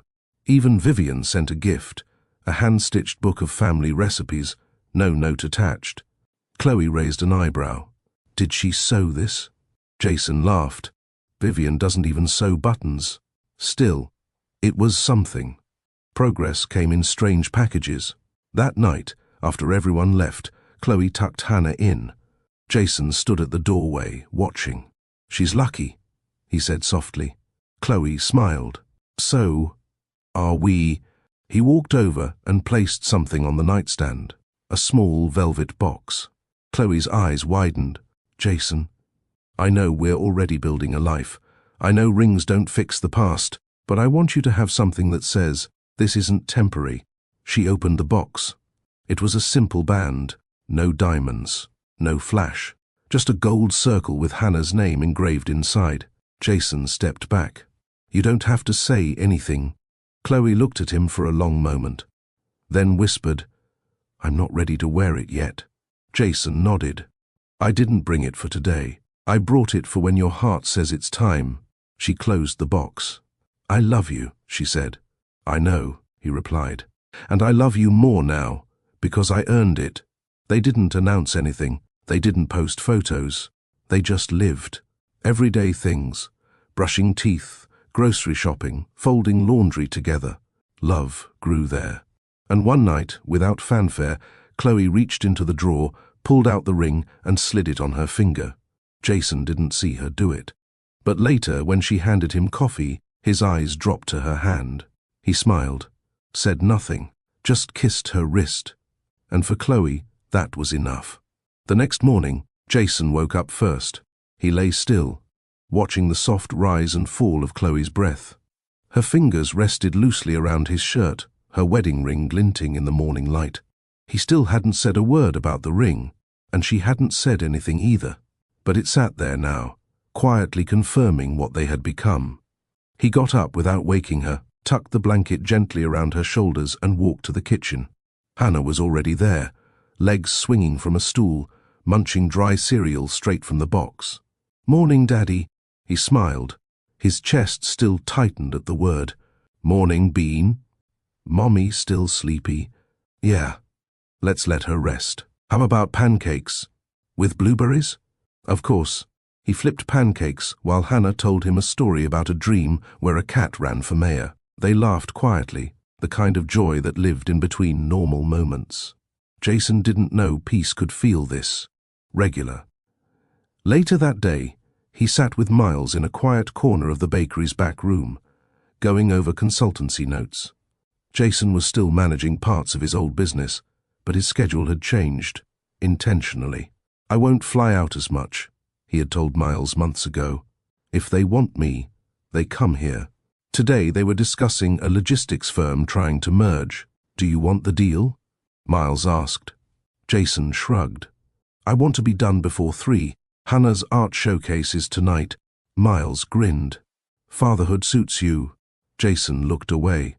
It's terrifying. And sacred. There was a pause. Miles tapped his pen. You're doing good, he said. Jason nodded. Still doesn't erase how I started. No, Miles said, but it shows how you're finishing. That evening, the bakery was decorated with child-made paper art. Chloe had cleared space so the neighborhood kids could display their projects. Talia hung up a painted banner that read, Little Big Artists. Hannah's picture was of 3 people holding hands, standing under a rainbow. Jason smiled. That's us? She said the middle one is Mommy, Chloe said. Of course. The tall one's me. No, Chloe teased. That's her. You're the short one. He laughed. Fair. As guests filtered in, Chloe moved between parents and kids, smiling, adjusting art. Jason stayed close, not hovering, just present. One of the parents approached him. You Hannah's dad? Jason nodded. She talks about you all the time. Jason felt warmth rise in his throat. She tells everyone you used to be a knight who lost his horse and found your way back home. Jason blinked. That night, when he tucked her in, he asked, Where'd you hear that story? Hannah grinned sleepily. I made it up. He brushed her curls from her forehead. I like it. Because you did find your way back, right? He swallowed hard. I did, baby. I did. Weeks passed. The weather turned warm, and something in Chloe changed. It wasn't dramatic, not loud. But one afternoon, Jason found her in the kitchen singing. She hadn't done that in years, not even when baking. She swayed a little while pouring sugar, tapping her fingers on the counter to the beat. Jason leaned on the doorframe. Good mood? She turned, smiling. I didn't even realize I was singing. I did. She paused, serious now. I think I'm okay. He stepped forward slowly. Really? I think I'm finally letting myself believe I'm safe. With you. With us. Jason didn't speak. He took her hand, kissed it, then pulled her into his chest and held her. That night, they made love gently, without the urgency of pain or apology. It was different, deep, whole. Afterward, she rested her head on his chest. I never thought I'd be loved like this, she whispered. Jason kissed her forehead. Neither did I. But healing was not a straight line. It never is. One Thursday, Jason was walking Hannah home from school when a black car pulled up beside them. Vivian. Hannah waved cheerfully. Grandma. Vivian got out, in heels far too tall for the sidewalk. I see you're still playing house, she said to Jason. He glanced at Hannah, then said nothing. I want to talk. Alone. No, Jason said firmly. Vivian's eyes narrowed. I can make things hard for you, Jason. You already did, he replied. We're done letting you. She stepped closer. I saw the article. The one with your bakery woman and child. Her name is Chloe, and she's not a headline. People are talking. Let them. Vivian lowered her voice. Do you really think she'll stay? Women like that always leave when the fantasy fades. Jason shook his head. She stayed when I was nothing but a coward. And if anyone's going to leave, it'll be me dragging you out of our lives. Vivian's lips tightened. You've changed. Thank God. He took Hannah's hand and walked away without another word. That night, he told Chloe everything. She listened, quiet, then said, Thank you for not hiding it. Jason nodded. I promised you I wouldn't. She's still in your head, though, Chloe said. Even now. I can see it. Jason rubbed his face. I'm trying. She touched his hand. Then try harder. The next week, Jason did something bold. He hosted a dinner. Talia, Miles, a few of Chloe's clients, and yes, he invited Vivian. She didn't show. But her assistant dropped off a card. I don't do casual dining with commoners. Jason read it aloud. Chloe rolled her eyes. You still want her approval? No, he said. I just wanted her to see she doesn't own my life anymore. Chloe stared at him. That's what forgiveness is, she said slowly. Not for her, for you. Jason nodded. That night, he burned the card in the backyard fire pit, and Hannah roasted marshmallows over the flames. 2 days later, Jason got a call from his old friend Elijah, a high-level investor. I heard you stepped back. Yeah, you happy? Jason looked over at Chloe, who was laughing in the garden with Hannah. I've never been more. Elijah chuckled. Then keep doing what you're doing. Don't let the ghosts win. Jason hung up and stared out the window. The ghosts were still there, but they were fading, slowly, because this time love wasn't about proving. It was about presence, and he wasn't going anywhere. The house was quiet. Jason stood in the kitchen, folding Hannah's drawings into her art folder for school. One was of a castle, another of a man holding a little girl on his shoulders, both of them laughing under stars. He smiled.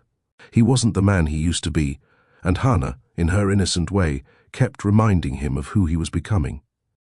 Chloe walked in with wet hair wrapped in a towel. She had just stepped out of the shower, wearing one of his oversized shirts. She poured herself coffee and stood silently for a moment, staring out the window. He walked up behind her, rested his hands gently on her hips, and pressed a kiss to her shoulder. You okay? He asked. She nodded. I'm just full, in a good way. He smiled, brushing her towel back to kiss the back of her neck. You're allowed to feel good now. I'm learning, she said. Still learning. Later that afternoon, they took Hannah to the park. Chloe brought a blanket and a few muffins from the bakery. Jason brought juice boxes and a Bluetooth speaker. They lay under a tree while Hannah ran ahead to the swings. Remember when this felt impossible? Chloe said. Jason nodded. I used to think people like us don't get second chances. We didn't, Chloe said. We built a new one. They sat in silence for a few seconds. Then Chloe asked the question she had been carrying quietly for months. Do you still hear her voice in your head? Your mom's?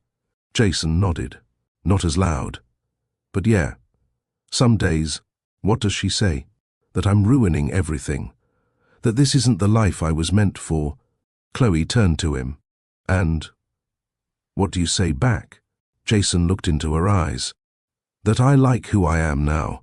Back home that evening, Talia came over with her boyfriend and brought wine. They sat on the porch while Hannah colored beside them. Talia leaned over to Chloe. You look lighter. I feel it, Chloe whispered. Girl, I remember when you swore you'd never even speak to him again. I meant it back then. And now. Chloe glanced at Jason, who was spinning Hannah in a circle under the porch light. Her giggles filled the air. Now I know healing doesn't always mean going back. Sometimes it's allowing yourself to go forward, with open eyes. After Talia left, Chloe found Jason in their bedroom, sitting on the edge of the bed. He looked up. You okay? I need to tell you something, she said. He stood, concerned. What is it? I forgive you, she said. His breath caught. I don't just mean I'm okay, or that I've moved on. I mean, I forgive you for everything, for not speaking up, for letting them mock me, for not coming after me when I left. I forgive you. Tears slipped down his cheeks. I don't deserve that, he said. No, but you've earned it. She touched his face. You earned it by staying, by listening, by showing up every single day. You can stop apologizing now, Jason. He pulled her into a long, quiet hug. Then he whispered, Thank you. I needed to hear that more than you know. Later that night, Jason walked into Hannah's room. She was already asleep, curled up with her stuffed bunny. He sat beside her bed and whispered, You're why I changed. You and your mom. You saved me. He brushed a kiss on her forehead, turned off the nightlight, and left the room. In the hallway, Chloe waited. Come to bed, she said softly. I'm right behind you. They lay in bed, facing each other. No words, no pressure, just breathing in the same rhythm, healing, together. If this chapter touched you, I want you to do something powerful right now. Type I. Choose healing over history in the comments if you believe we all deserve a chance to forgive, to grow, and to build something new from our broken pasts. And don't forget to like, subscribe, and share this story with someone who needs it today. Every comment helps this story reach someone who might feel unseen, unloved, or unheard. Let them know healing is possible. And love? It can still win. The mornings were different now. Chloe used to wake up with her heart clenched. Even when Hannah slept beside her, even when the bakery bills were paid. A tightness would sit in her chest like a warning, don't relax. Something could still go wrong. But now, she woke up to warmth. Jason's arm around her waist. Hannah's soft footsteps padding into the room before sunrise. The smell of coffee already brewing, because Jason had learned her rhythm, her patterns, her needs. It wasn't a mansion. Their house was modest. But to Chloe, it felt like breath. I made you toast, Jason said that morning, kissing her on the temple. Toast and jam? She asked. He nodded. And peanut butter, in case you change your mind halfway. She smirked. You're learning. He grinned. I want to pass the quiz. They sat at the kitchen table as Hannah ate her cereal and told them about a dream she had. Something about purple fish and flying shoes. Jason leaned in. You sure it wasn't because of the bedtime story I read? No, she giggled. Your story was boring. Chloe laughed so hard she almost choked on her tea. Jason feigned offense. Wow, you're going to break your dad's heart. Hannah reached over and hugged him. No, I fixed it. The room went quiet for a second, emotion settling in. Chloe mouthed, She's right. Later that week, Chloe got an invitation in the mail. It was gold-trimmed and heavy, too formal for anything casual. Jason saw the look on her face. What is it? She handed it to him. Vivian Langford invites you to an afternoon tea in celebration of her granddaughter, Hannah Elise. Jason blinked. She's hosting something for Hannah? Chloe crossed her arms. I didn't even know she knew Hannah's full name. He frowned. I didn't either. There was no apology in the envelope. No note. Just a time, a date, a location, and the same entitlement Chloe remembered from years ago. "You think I should go?" she asked. "I think you should do whatever gives you peace," Jason said. She stared at the invite again. "I'll go." The day of the tea, Chloe dressed Hannah in a yellow sundress and matching sandals. She twisted her curls into 2 puffballs and packed extra snacks, just in case. Jason offered to go with them, but Chloe shook her head. "I want her to see me, alone, unapologetic." He nodded, proud. "You sure?" he asked one last time. Chloe kissed his cheek. "If I can birth a child on my own, I can handle tea with your mother." Vivian's house hadn't changed. Still perched on a hill like it was better than the town below. Still cold on the outside, sterile on the inside. Chloe walked in, holding Hannah's hand. Vivian greeted them in pearls and judgment. "Chloe, you look different." "I am," Chloe said. Vivian looked down at Hannah. "And you must be, well, yes, you're unmistakable." Hannah tilted her head. "Your daddy's mummy?" Vivian gave a tight smile. "That's right. You don't look like him." Chloe smothered a laugh behind her hand. The tea was stiff, staged. There were no friends, no real family, just a few socialites Vivian used to impress. Chloe stayed calm. Hannah stayed curious. At one point, Vivian leaned over. "She's smart," she said. "She's perfect," Chloe replied. Vivian sipped her tea. "You know, if you had come to me earlier," Chloe cut in. "I didn't need you. And I don't now." Vivian blinked. Chloe continued. "You didn't protect me back then. You humiliated me. And you raised a son who couldn't speak up when it mattered." Vivian sat in stunned silence. "But," Chloe added, "your son grew. He changed. And now he's the father I hoped he could be." She smiled sweetly. "So you can either be part of Hannah's life on our terms, or not at all." Vivian clenched her jaw but said nothing. Hannah climbed into Chloe's lap. "Can we go home now?" "Yes, baby." Jason waited on the porch when they got back. He stood up when he saw their car. "Well?" he asked. Chloe stepped out, Hannah in her arms. "I said what needed to be said," she told him, "and I didn't lose my peace." He exhaled. "I'm proud of you." She kissed his cheek. "Let's not talk about her anymore." "Deal." That night, Jason made dinner. Spaghetti, garlic bread and salad with way too many olives, because Hannah liked to steal them off everyone's plate. After dinner, they sat on the floor in the living room. Chloe read from Hannah's favorite picture book. Jason combed out Hannah's hair, carefully, slowly, whispering little jokes that made her giggle. When Hannah fell asleep on the rug, Jason lifted her gently and carried her to bed. Chloe followed, tucking in the blanket. Jason stood in the doorway, watching her. "I love seeing you like this," he said. Chloe turned. "Like what?" "Whole," he replied. "At peace." She smiled, walking back toward him. "I didn't think this was possible." He pulled her close. "You made it possible." She touched his chest, right where his heart beat steady. "Thank you for staying," she whispered. He kissed her forehead. "There's nowhere else I'd rather be." That night, they lay together with the windows open. A soft breeze carried the scent of night jasmine into the room. Jason stroked her back, his touch gentle, unhurried. Chloe rested her head on his chest. "This feels like home." He kissed the top of her head. "It is." No tension, no pretending, no wounds reopened. Just love. Real. Quiet. Present. Jason had stopped living like the man he once was. No more late nights at charity events he didn't care about. No more hosting parties filled with people he couldn't stand. No more chasing deals just to impress his board.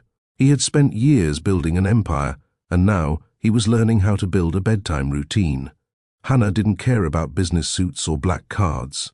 She cared about bedtime stories and being pushed on the swings. And Chloe. She never wanted the empire. She wanted peace, honesty, and someone who stayed. That's who Jason was now. Not just a man with a past, but a man rewriting his future every day with them. One Saturday, Chloe took Hannah to the farmer's market. They wandered through the fruit stands while Jason grabbed pastries from their favorite vendor. Hannah pointed at a busker playing violin. "Can I dance, Mama?" Chloe nodded. "Go on." Hannah twirled and jumped, her yellow shoes tapping on the stone path, her curls bouncing. People clapped. Jason clapped too, joining them with 2 croissants in a paper bag. "She's fearless," he said. Chloe smiled. "She doesn't know what shame is yet." "That's beautiful." Jason leaned in. "You gave her that." Chloe looked at him. "And you gave her your face." They laughed softly, watching their daughter twirl under the morning sun. Later that day, Chloe was in the bakery's back office reviewing numbers when Jason knocked and stepped inside. "You got a minute?" he asked. She nodded. "What's up?" He handed her a piece of paper. "What's this?" "A lease transfer form," he said. "I'm giving you full ownership of this place. Your name only."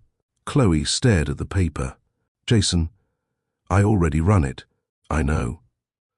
But legally, it's still under my name. That bakery deserves to be yours, fully." She hesitated. "Why now?" He walked closer. "Because I don't want you to ever feel like anything in your life depends on my last name." Chloe blinked, touched in a way she didn't expect. "You're not trying to buy forgiveness?" "No," he said. "I'm trying to show respect." Chloe looked at the paper again. "Thank you." Jason shrugged. "You've already earned it." That evening, after Hannah went to bed, Chloe stepped out onto the porch. Jason followed, handing her a cup of tea. They sat together, the silence soft between them. "I want to ask you something," Jason said. "Okay." He looked at her. "What would you have named her if you never met me?" Chloe raised an eyebrow. "You mean, if she hadn't had your face?" He nodded. Chloe thought for a moment. "Lena." "After my grandmother." He smiled. "Lena's beautiful, but I'm glad she's Hannah." "Me too." Jason leaned back, staring up at the sky. "Do you ever wonder what would have happened if I had defended you that night?" Chloe sipped her tea. "I used to. A lot. I used to imagine what it would have felt like to hear you say, 'She's with me, and I love her.' In front of everyone." "I should have said it," he whispered. "Yes," she agreed. "But if you had, I might not have walked away. I might have stayed, gotten pulled into your family's world, and I would have never found my strength." Jason turned to her. "Do you forgive me?" Chloe looked at him for a long time. "Yes." "Because you became someone worth forgiving." The next week, Talia came over for dinner. She was suspicious at first, watching Jason like a hawk as he set the table. "Wow," she said. "A man who cooks and doesn't vanish after dessert." Jason chuckled. "Still here?" "Mm-hmm." Chloe rolled her eyes. "Talia." "What?" Talia said, shrugging. "I'm protective." Jason raised his glass. "And I respect that." Talia gave a slow, approving nod. "Okay, he can stay." Hannah ran up and hugged her. "Auntie Talia." Talia scooped her up. "There's my girl." "Has Daddy been behaving?" Hannah giggled. "He burned the pancakes." Jason groaned. "She snitched so fast." They all laughed. The room felt full and warm.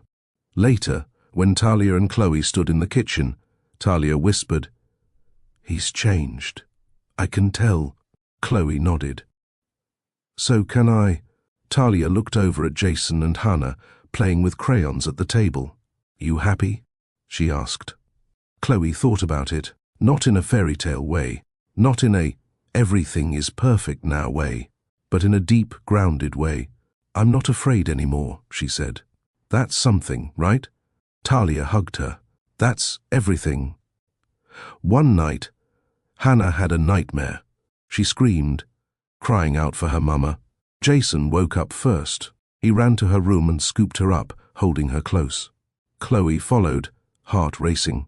Hannah clung to Jason's chest, sobbing. "I'm here," he whispered. "I'm here." He rocked her, whispering gently, brushing her hair back. Chloe watched him in the dim light, something shifting inside her. This wasn't guilt.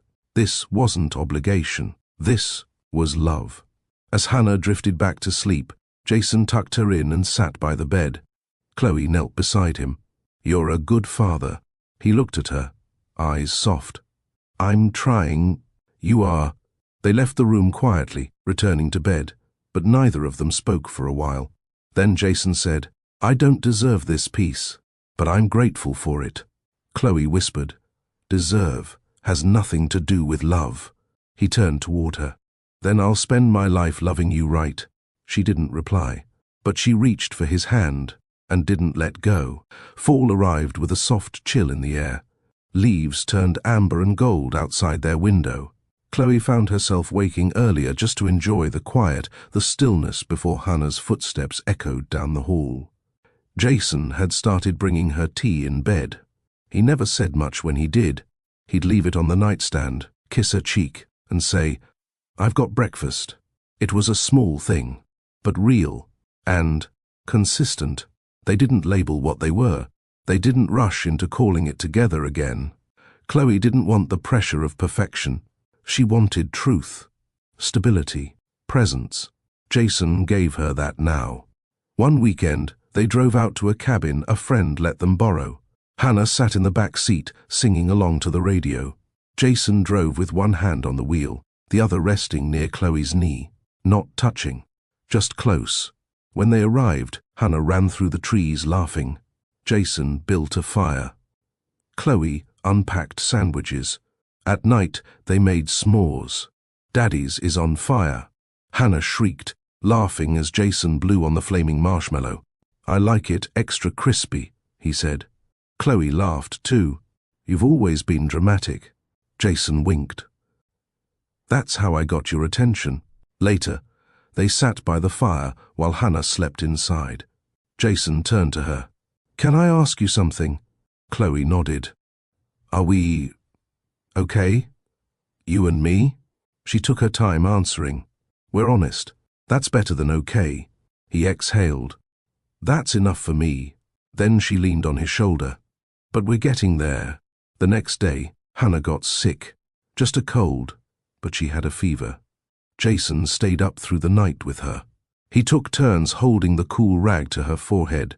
He made soup. He sat by the bed and hummed when she couldn't sleep. Chloe watched him, heart full and aching. "You're good at this," she whispered. "I had a terrible example," he said. "So I'm doing the opposite of what I saw." She kissed his forehead. "You're doing it right."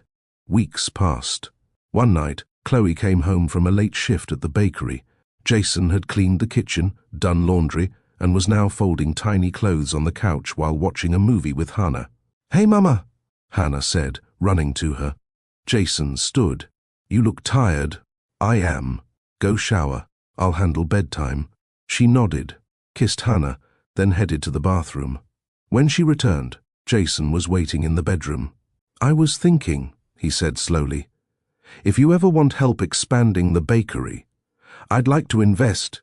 Chloe raised an eyebrow. "As a partner?" He smiled. "Silent partner. All yours. No strings." She studied him. "You don't want control?" "No. You already built something powerful. I just want to help you grow it." Chloe stepped closer. "You're really not the same man I met, are you?" He shook his head. "I was a boy pretending to be a man. Now I'm just trying to be the man my daughter believes I am." Chloe touched his face. "She believes in you." Jason whispered, "Do you?" She didn't answer. Instead, she kissed him. Slow, gentle, certain, not because she owed him, but because her heart finally stopped flinching. That winter, Chloe opened a second bakery location. Jason helped secure the property but stayed out of the spotlight. Talia ran the original shop, while Chloe trained new staff. Business was good. Life was calm. One snowy evening, Jason came home early with flowers in his hand and a soft look in his eyes. Chloe was frosting cupcakes at the counter. He stood there, quiet for a moment, then said, "I want to marry you." She paused, holding the piping bag mid-squeeze. "Excuse me?" "I'm not asking yet," he added quickly. "Not until you're ready." "But I needed to say it." Chloe laughed. "Jason, no pressure," he said. Just truth. She shook her head. You really changed. He smiled. You did that to me. 6 months later, they stood in a garden with wildflowers all around. No crowd, no press. Just Talia, Miles, Hannah, and 2 witnesses. Chloe wore a simple cream dress. Jason wore a navy suit. Hannah stood between them holding both their hands. Jason's voice cracked when he said his vows. I loved you before I knew how to love myself. You gave me a second chance by giving me a daughter. I'll never waste it again. Chloe's hands trembled. You broke me, but you didn't leave me there. You came back, and you stayed. I forgive you, and I choose you. Talia cried openly. Miles smiled proudly. When they kissed, Hannah squealed, "Ew," and hugged their legs. That night, back home, after the celebration, Chloe and Jason sat on the couch, wrapped in a blanket. He kissed her hand like he had the first time they met. I still remember the way you looked when I walked into that party, he said. You made everything else disappear. And yet, you disappeared, she replied, smiling. He looked down. I'll regret that forever. She tilted his chin up. Then don't waste forever. Be here. Fully, I'm here, he said. I see that now. The story didn't end with a wedding. It began again, with school pickups, bedtime songs, slow mornings, and arguments about who left the dishes. But it was real, and Chloe had learned that real was enough. The first time Hannah called Jason Dad, it wasn't planned. She had scraped her knee while racing through the bakery's back garden. Tears spilled fast. Chloe was inside restocking shelves, unaware of the fall. Jason had been sweeping near the back exit when he saw her stumble. He rushed over, dropped to one knee, and cupped her tiny face. It's okay, he whispered, checking her knee. A shallow graze. No blood. But Hannah sniffled, big tears streaking down her cheeks. She didn't say, Jason. She didn't cry, Mama. She reached for him, small arms open wide, and said it. Daddy. Jason froze. The world paused. He didn't know if Chloe had heard. He didn't care. He picked her up and held her against his chest, swallowing the lump in his throat. He had waited nearly 4 years to hear that word. He never expected it to feel like both a miracle and a weight. Later that evening, he told Chloe. She stood at the sink, rinsing out Hannah's lunchbox. She didn't turn around, just nodded. She's been trying to figure out what to call you, she said quietly. I didn't push her either way. I know. Are you okay with it? Jason took a breath. It's the most important name I've ever earned. Chloe turned then. Her eyes searched his face, calm and thoughtful. She trusts you now. That means everything. I trust her too, Jason replied. She's the only one who's ever seen all of me and still smiled. They stood in silence for a while, water running, hearts full. Jason didn't try to become a perfect father. He knew better. He didn't overcompensate or make grand gestures. He didn't buy expensive toys or fill her days with trips. Instead, he did the small things. He braided her hair in the morning, messily and with too many rubber bands, but she loved it. He walked her to school, even on rainy days, umbrella held above her like she was royalty. He attended her Saturday dance lessons and clapped louder than any other parent, even when she tripped during her spin. He packed her snacks with napkins that had hand-drawn smiley faces. He read her favorite book over and over, even though he hated the ending. That's what made Hannah trust him. The quiet consistency, the way he never made her feel like a task. He showed up, and when he was there, he wasn't on his phone. He wasn't half listening. He wasn't distracted. He was all in. Chloe watched them from a distance sometimes, from the kitchen window, from across the park, from the bakery counter. Every time she saw them together, it stitched a piece of her heart back together. She had survived heartbreak, rejection, loneliness. But this was peace. One Thursday morning, Jason walked into the bakery with Hannah before school. She had chocolate on her nose and a sticker on her forehead. Guess what? She said proudly. What? Chloe asked, wiping flour off her hands. We're bringing parents to class next week. You have to talk about your jobs and what you love the most. Chloe smiled. You want me to come? Of course, Mama. But Daddy too. Jason looked up. You sure? Hannah rolled her eyes. Duh. Chloe chuckled. All right, we'll both come.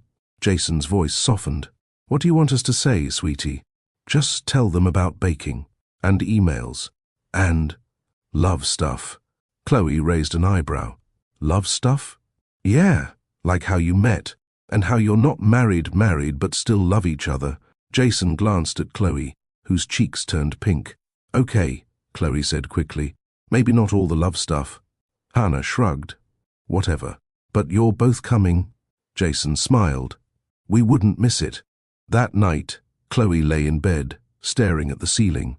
Jason had already fallen asleep beside her, his hand resting on her hip under the covers. She whispered. You heard her. He stirred. Hmm? She called you Daddy again. A pause. Yeah, he murmured. I heard. Chloe turned to face him. I didn't think I'd ever see her say that. Or say it and mean it. Jason's eyes opened. She means it. I'll never let her down again. Chloe reached over and brushed his hair back. You're a good father. His voice cracked. Thank you. You're a good man too. He didn't reply. He just kissed her palm and held it against his cheek.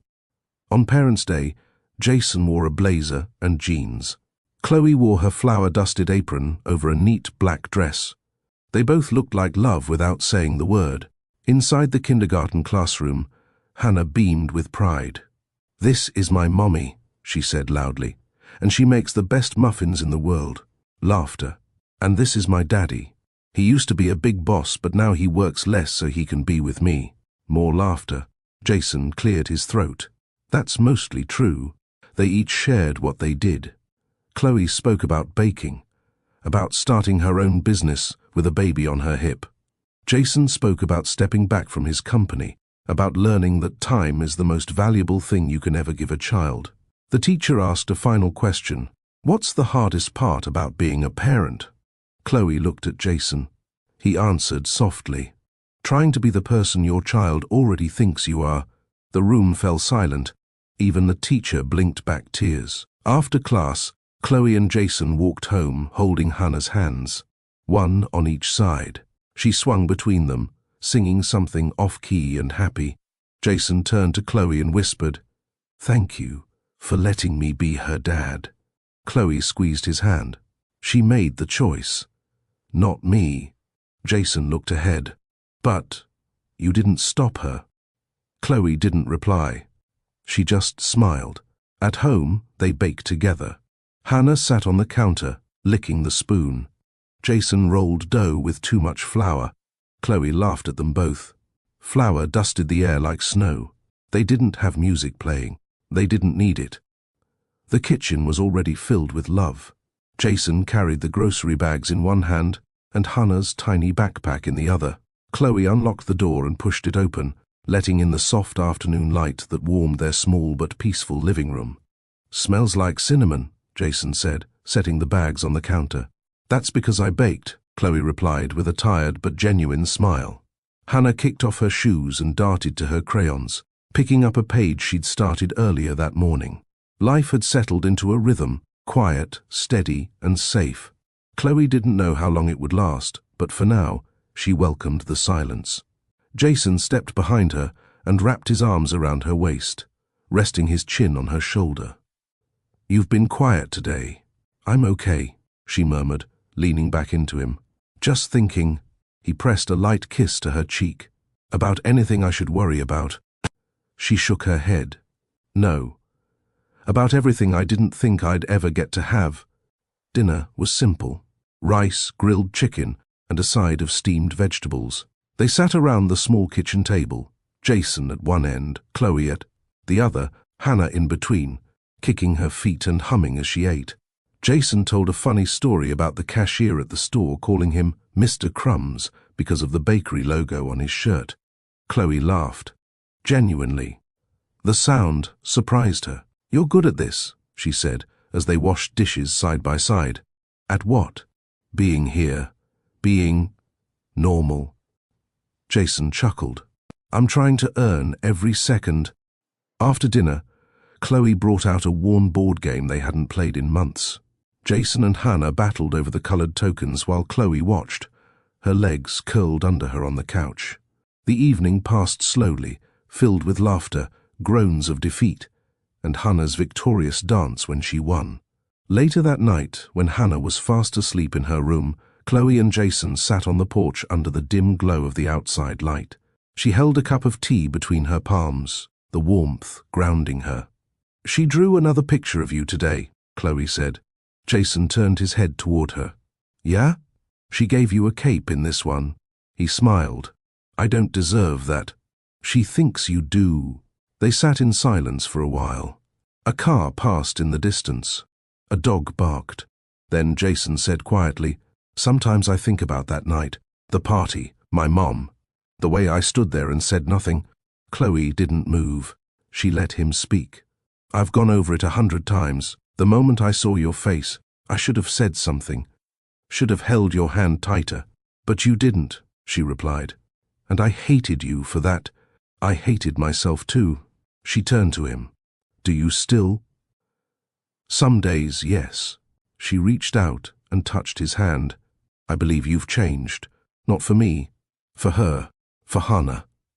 "That means something." Jason swallowed hard. "I never stopped loving you, Chloe. Even when I acted like a coward." Chloe stared ahead. "I used to imagine you showing up again, apologizing, asking to be a father. I thought I'd slam the door in your face. Why didn't you? Because Hannah deserves more, and because part of me wanted to believe people could grow." Jason moved closer, their arms touching. "Do you think I've grown?" Chloe nodded slowly. "Yes, but trust isn't a light switch. It takes time." "I'll wait," he said. "You already are." She leaned her head on his shoulder. For the first time in years, there was no lingering resentment, just the gentle ache of healing. At the weekend fair, Jason surprised Hannah by winning a giant stuffed elephant. Her giggles echoed through the booths as she ran to show Chloe, hugging the toy tightly. They sat for a family photo near the end of the day. Jason knelt beside Hannah. Chloe stood behind them, her arms draped over their shoulders. The sun dipped low behind them, casting golden light across their faces. When the photographer showed them the picture, Chloe blinked fast. "She still has your face," she whispered. Jason turned to her. "She has your fire, and your eyes, and your heart," he said gently. Back at home, Hannah fell asleep early, exhausted from the fair. Jason tucked her in while Chloe leaned against the doorway, watching.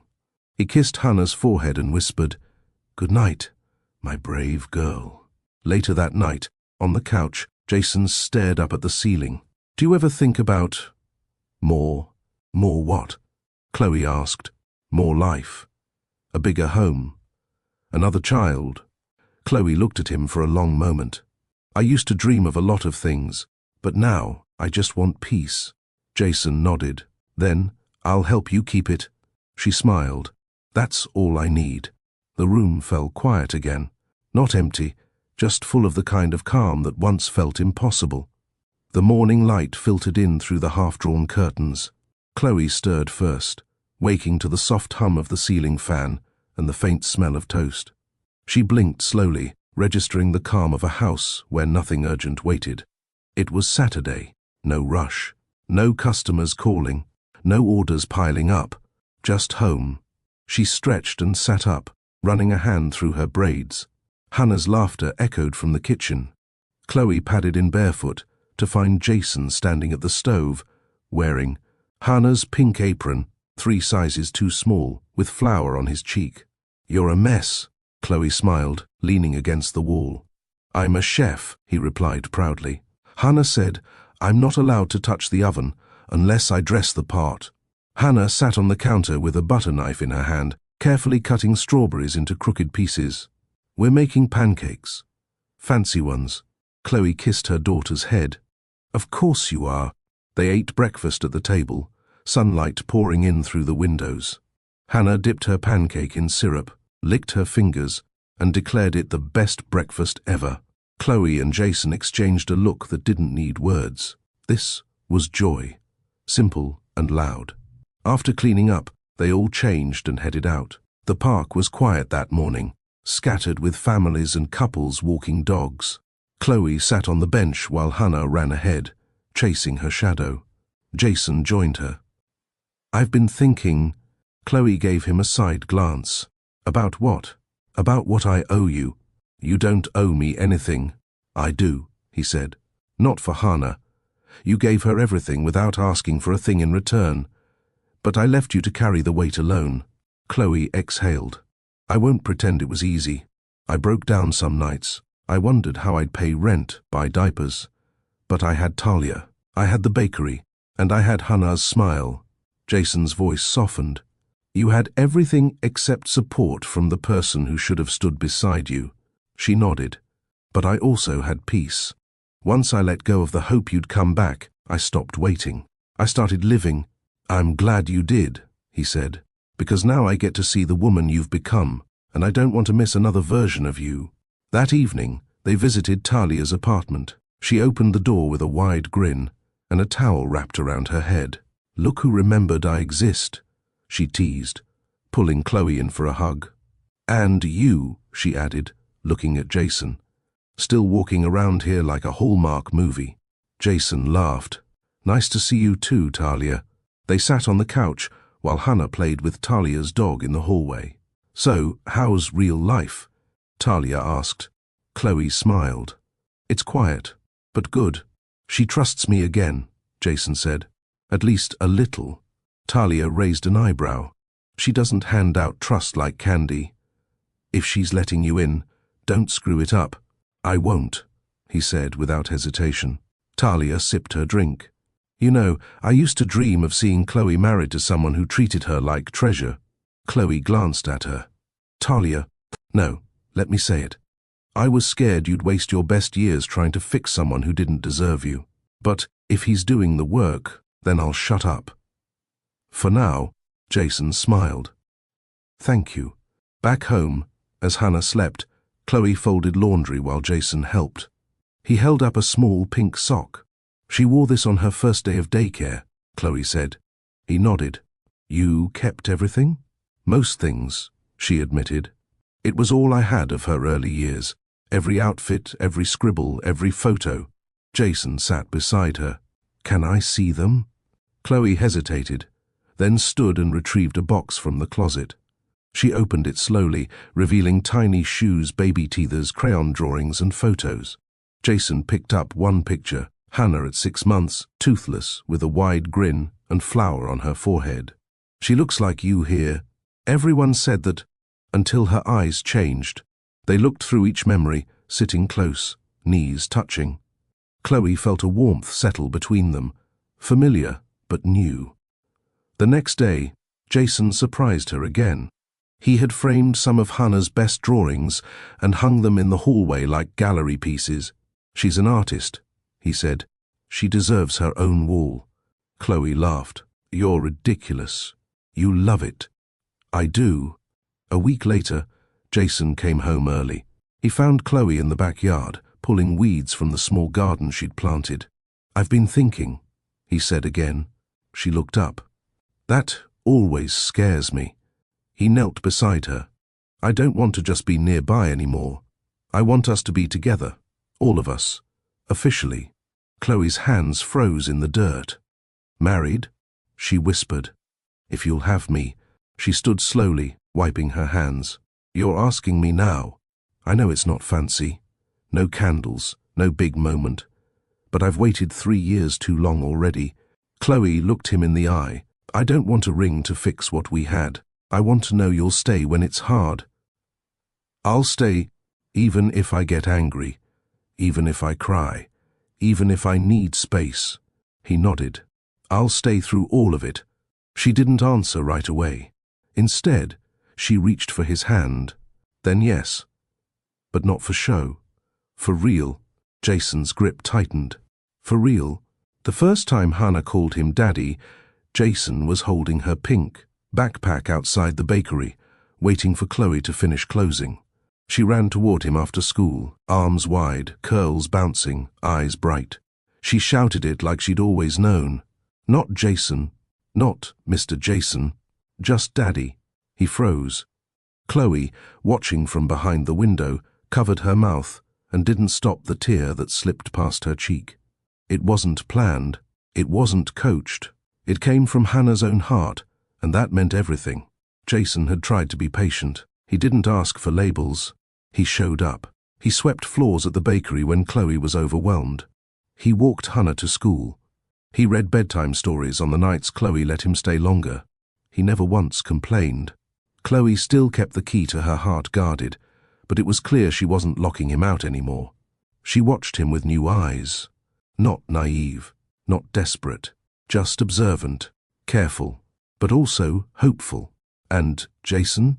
He was trying in a way he never had before. His life used to revolve around schedules, meetings, and his mother's voice echoing through his every decision. But now, his world fit inside that tiny bakery and a girl who loved red crayons and chocolate milk. Hannah's laughter healed parts of him he didn't know were wounded. He found himself smiling more, even on bad days. He didn't hide when he was tired or afraid. He didn't run when things got complicated. And Chloe noticed. She saw it in the way he listened now, in the way he looked at Hannah like she was his whole world, in the way he looked at Chloe like she was his only peace. Still, there were moments of hesitation. At night, after Hannah slept, Chloe would lie awake and ask herself if she could ever really trust him again. Love wasn't a switch.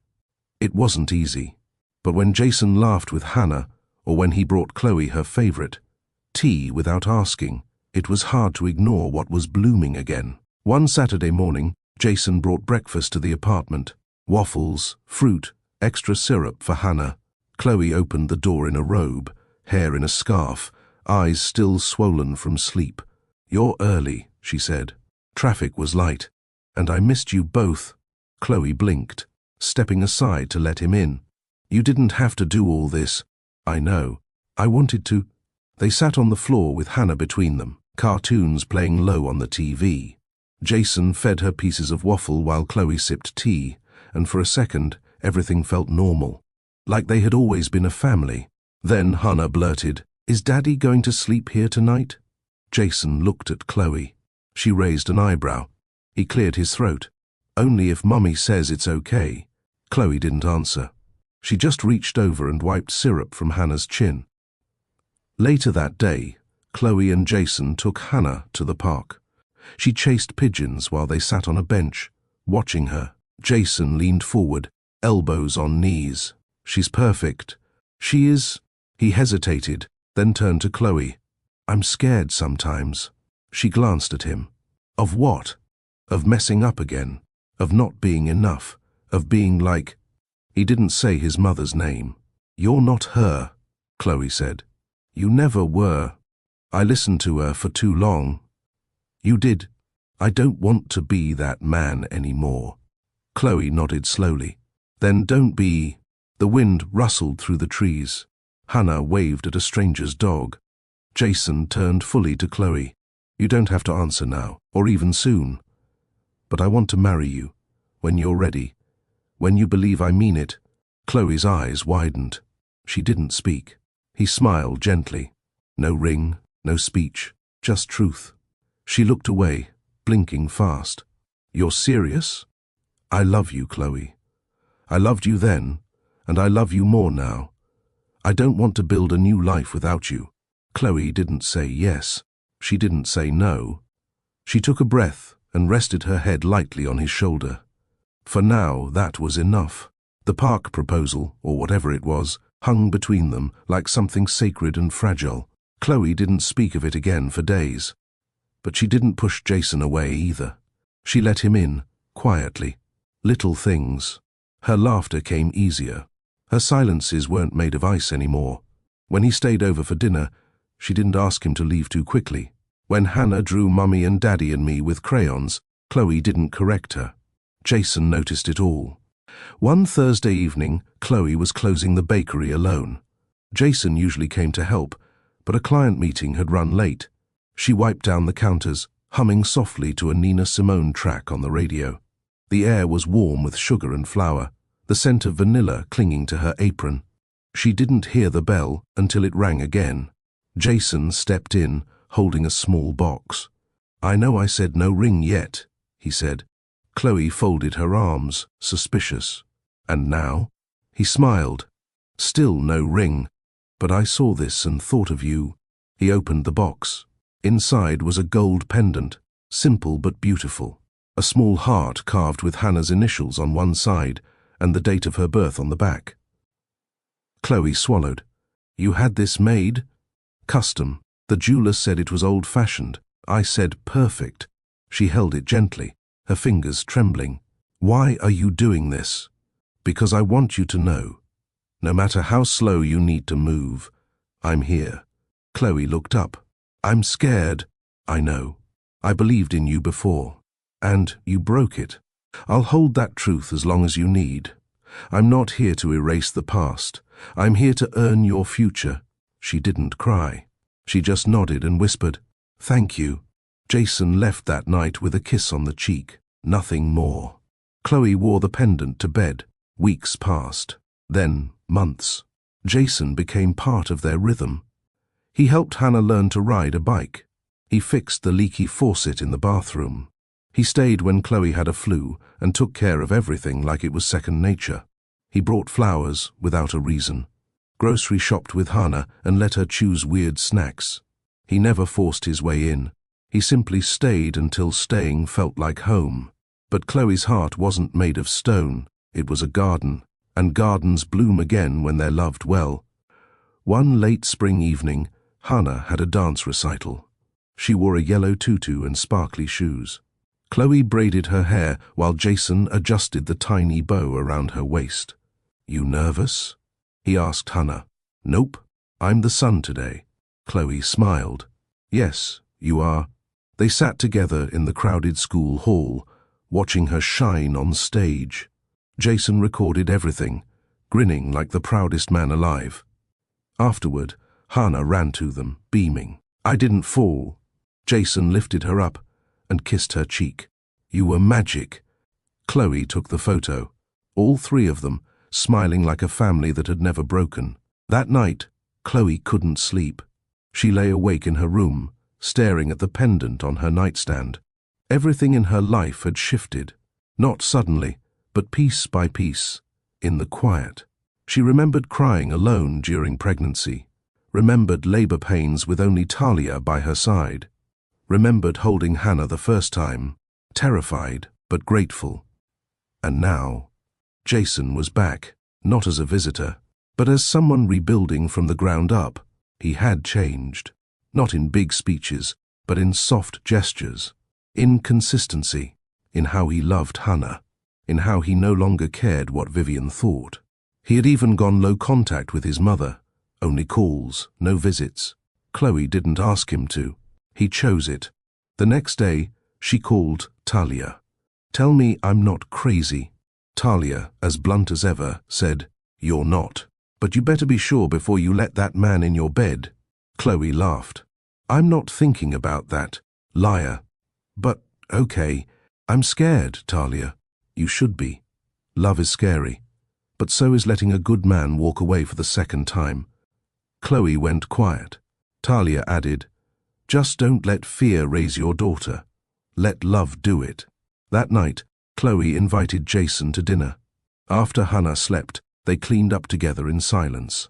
Then, Chloe stood still in the kitchen and said, "I'm not saying yes to anything yet, but I don't want to say no either." Jason didn't speak. He waited. She reached for his hand. "Stay. Just stay." And he did. They sat on the couch, her legs folded beneath her, his arm behind her shoulders. No rush, no pressure, just presence. When she leaned into him, he didn't move. When she whispered, "I missed you," he closed his eyes. When she kissed him, slow and quiet, he kissed her back like a man who had waited years for permission. It wasn't wild or rushed. It was deep and healing.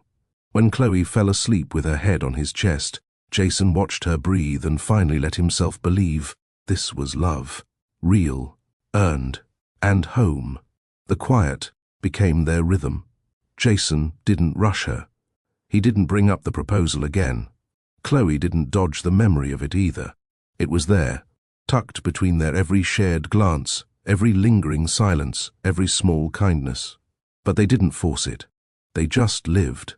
Their days became gentle routines. Mornings started with Hannah's laughter, her feet running down the hallway, climbing into their laps before they were fully awake. Evenings ended with soft music in the kitchen, the smell of warm pastries, and the low hum of Jason humming something only Hannah seemed to understand. Chloe noticed how Jason moved differently now.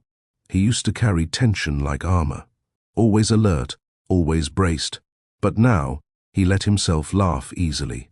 He bent to tie Hannah's shoes with patience. He washed dishes without being asked.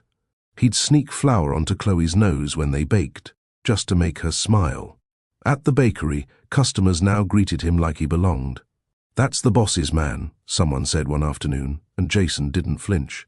He smiled and nodded, like it was the only title that mattered. But peace wasn't always easy to hold. One afternoon, Chloe opened the mailbox and found a sleek envelope with silver lettering. Vivian's signature crest was embossed on the flap. She opened it slowly. Inside was an invitation, an exclusive charity gala. Black tie. The kind of event Jason used to attend with Celeste on his arm, back when Chloe was just a baker to them. Chloe stared at it, fingers tightening. Jason found her in the kitchen that evening, staring at the invite. "She wants to be seen," Chloe said. "That's all this is. She doesn't run my life anymore. She used to—" Jason stepped closer. "You don't have to come." Chloe looked up. "Do you want me to?" "I want you there, only if you want to be." Chloe held his gaze. "If I go, it won't be for her. It won't be for your past life. It'll be for me. Because I don't want to feel small in any room again." Jason's eyes softened. "Then we'll walk in together." That night, they sat at the kitchen table after Hannah had fallen asleep. Chloe spread the invitation between them. "I've avoided her since the day she humiliated me. I know. I'm not afraid of her anymore. You never should have had to be." Chloe traced her finger across the silver trim of the card. "I'll go," she said. "But not for her. Not to prove anything, just to remind myself of who I've become." Jason nodded. "And I'll be beside you." They didn't speak of it again until the night arrived. Chloe stood in front of the mirror in a deep green dress that hugged her softly, her curls pinned up with gold clips. Jason wore a dark tailored suit, no tie, collar open. His eyes never left her reflection. "You've always looked like this to me," he said quietly. "Like what?" "Like someone impossible to forget." Chloe turned, meeting his eyes. "Let's go." They walked into the ballroom together. Heads turned, eyes followed. Vivian was near the center of the room, surrounded by people who only laughed when it was politically smart. Her lips tightened when she saw Chloe. Jason held Chloe's hand. Vivian approached. "You came?" "I did," Chloe said evenly. "I wasn't sure you'd feel comfortable here." "I didn't come to feel comfortable," Chloe replied. "I came because I belong wherever I choose." Jason didn't speak. He stood beside Chloe like a steady wall. Unshaken, Vivian's smile faded. "Jason, may I speak to you privately?" "No," he said. "Anything you have to say it here." Vivian glanced around at the staring faces. Then she leaned in, voice cold. "Do you think anyone in this room takes you seriously with her beside you?" Jason smiled. "She's the only reason I take myself seriously." Vivian's face hardened. Chloe didn't flinch. "Have a nice evening, Vivian." They walked away before she could respond. They didn't stay long enough to be seen, long enough to show they weren't hiding. Then they slipped out early, walking back to the car in silence. Jason opened the door for her, then walked around to the driver's side. As they pulled onto the street, Chloe looked out the window. "I thought it would feel like victory," she said. "But it doesn't." "What does it feel like?" "Freedom." Jason reached for her hand. "That's better." At home, Hannah was asleep, curled on the couch next to Talia, who had stayed over to babysit. Talia looked up as they entered. Well, well. You clean up nice. Chloe grinned. It's good to have you here. Jason bent and kissed Hannah's forehead. She stirred, eyes fluttering open. Hi, Daddy, she whispered. Jason lifted her gently into his arms. Hi, baby. Chloe watched them and realized this was what she had built. Not revenge, not proof, just peace. A home, a choice. She looked at Talia. You staying the night? Talia yawned. If I sit down again, I might never get back up. Then stay, Chloe said. We'll make pancakes in the morning. Talia winked. Only if they're the blueberry kind. Jason chuckled from the hallway. Got it covered. As Chloe locked the door behind her, she took a deep breath. Vivian didn't win. Her voice no longer echoed in their lives. This was their life now. Soft, quiet, and chosen. And Chloe? She was finally proud of every step that led her here. Jason didn't knock. He stood at the door, holding a small pink backpack with stickers on it. Chloe opened it, already dressed for work. Hannah behind her brushing her teeth. You forgot this yesterday, he said. Chloe blinked. You came all the way here for a backpack? Jason smiled a little. She cried over it. I figured it was worth the trip. Hannah ran out, grabbing the bag from him. My pinky pack. Jason bent slightly. You're welcome. Chloe watched the exchange, emotions stirring quietly. We were just about to walk to school. I'll come too, he said. They walked the few blocks in silence, Hannah skipping ahead. Jason matched Chloe's pace. Thanks for not turning me away, he said. I wanted to. I wouldn't blame you. They reached the gate. Hannah ran inside, waving. Jason and Chloe stood there. Do you want to grab coffee? He asked. I have work. I'll walk you to the bakery. Chloe hesitated, then nodded. The walk was quiet again, but comfortable. At the bakery, she unlocked the door. Jason looked around. Still smells like home. Chloe glanced at him. You think you can walk back in and everything resets? No. I think I'll keep walking in until it makes sense again. She didn't respond. He reached into his pocket, pulled out a folded letter. It's for Hannah. When she's older. Chloe took it slowly. What's in it? Everything I never said, everything I should have said. She placed it in her apron pocket. Thank you. Jason stepped back. I'll go. You always do. That made him pause. He nodded, then left. Chloe stood at the window, watching him disappear down the street. Talia arrived minutes later. You look like you've seen a ghost, she said. Chloe handed her the letter. He wrote something for Hannah. Talia narrowed her eyes. You okay? Chloe nodded. I don't know what to do with all this. Then don't do anything. Let time handle it. The bakery filled with the smell of sugar and cinnamon. Customers trickled in. Later that night, Jason sat in his apartment. On the table was a framed photo of Hannah he took with Chloe's permission. She was smiling, holding a cupcake. He picked up his phone. No messages. He didn't text. He waited.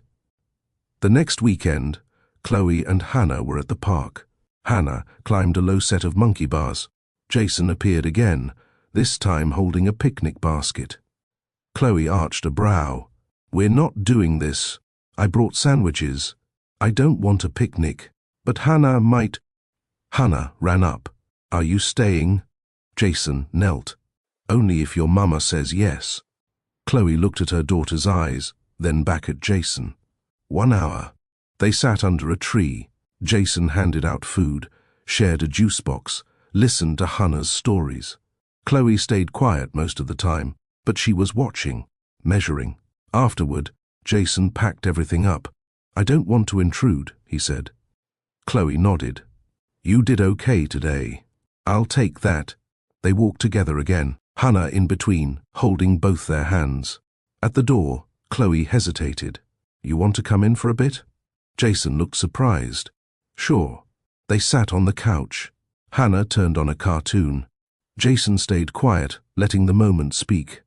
Chloe finally said, If you disappear again. I won't, because next time she'll notice.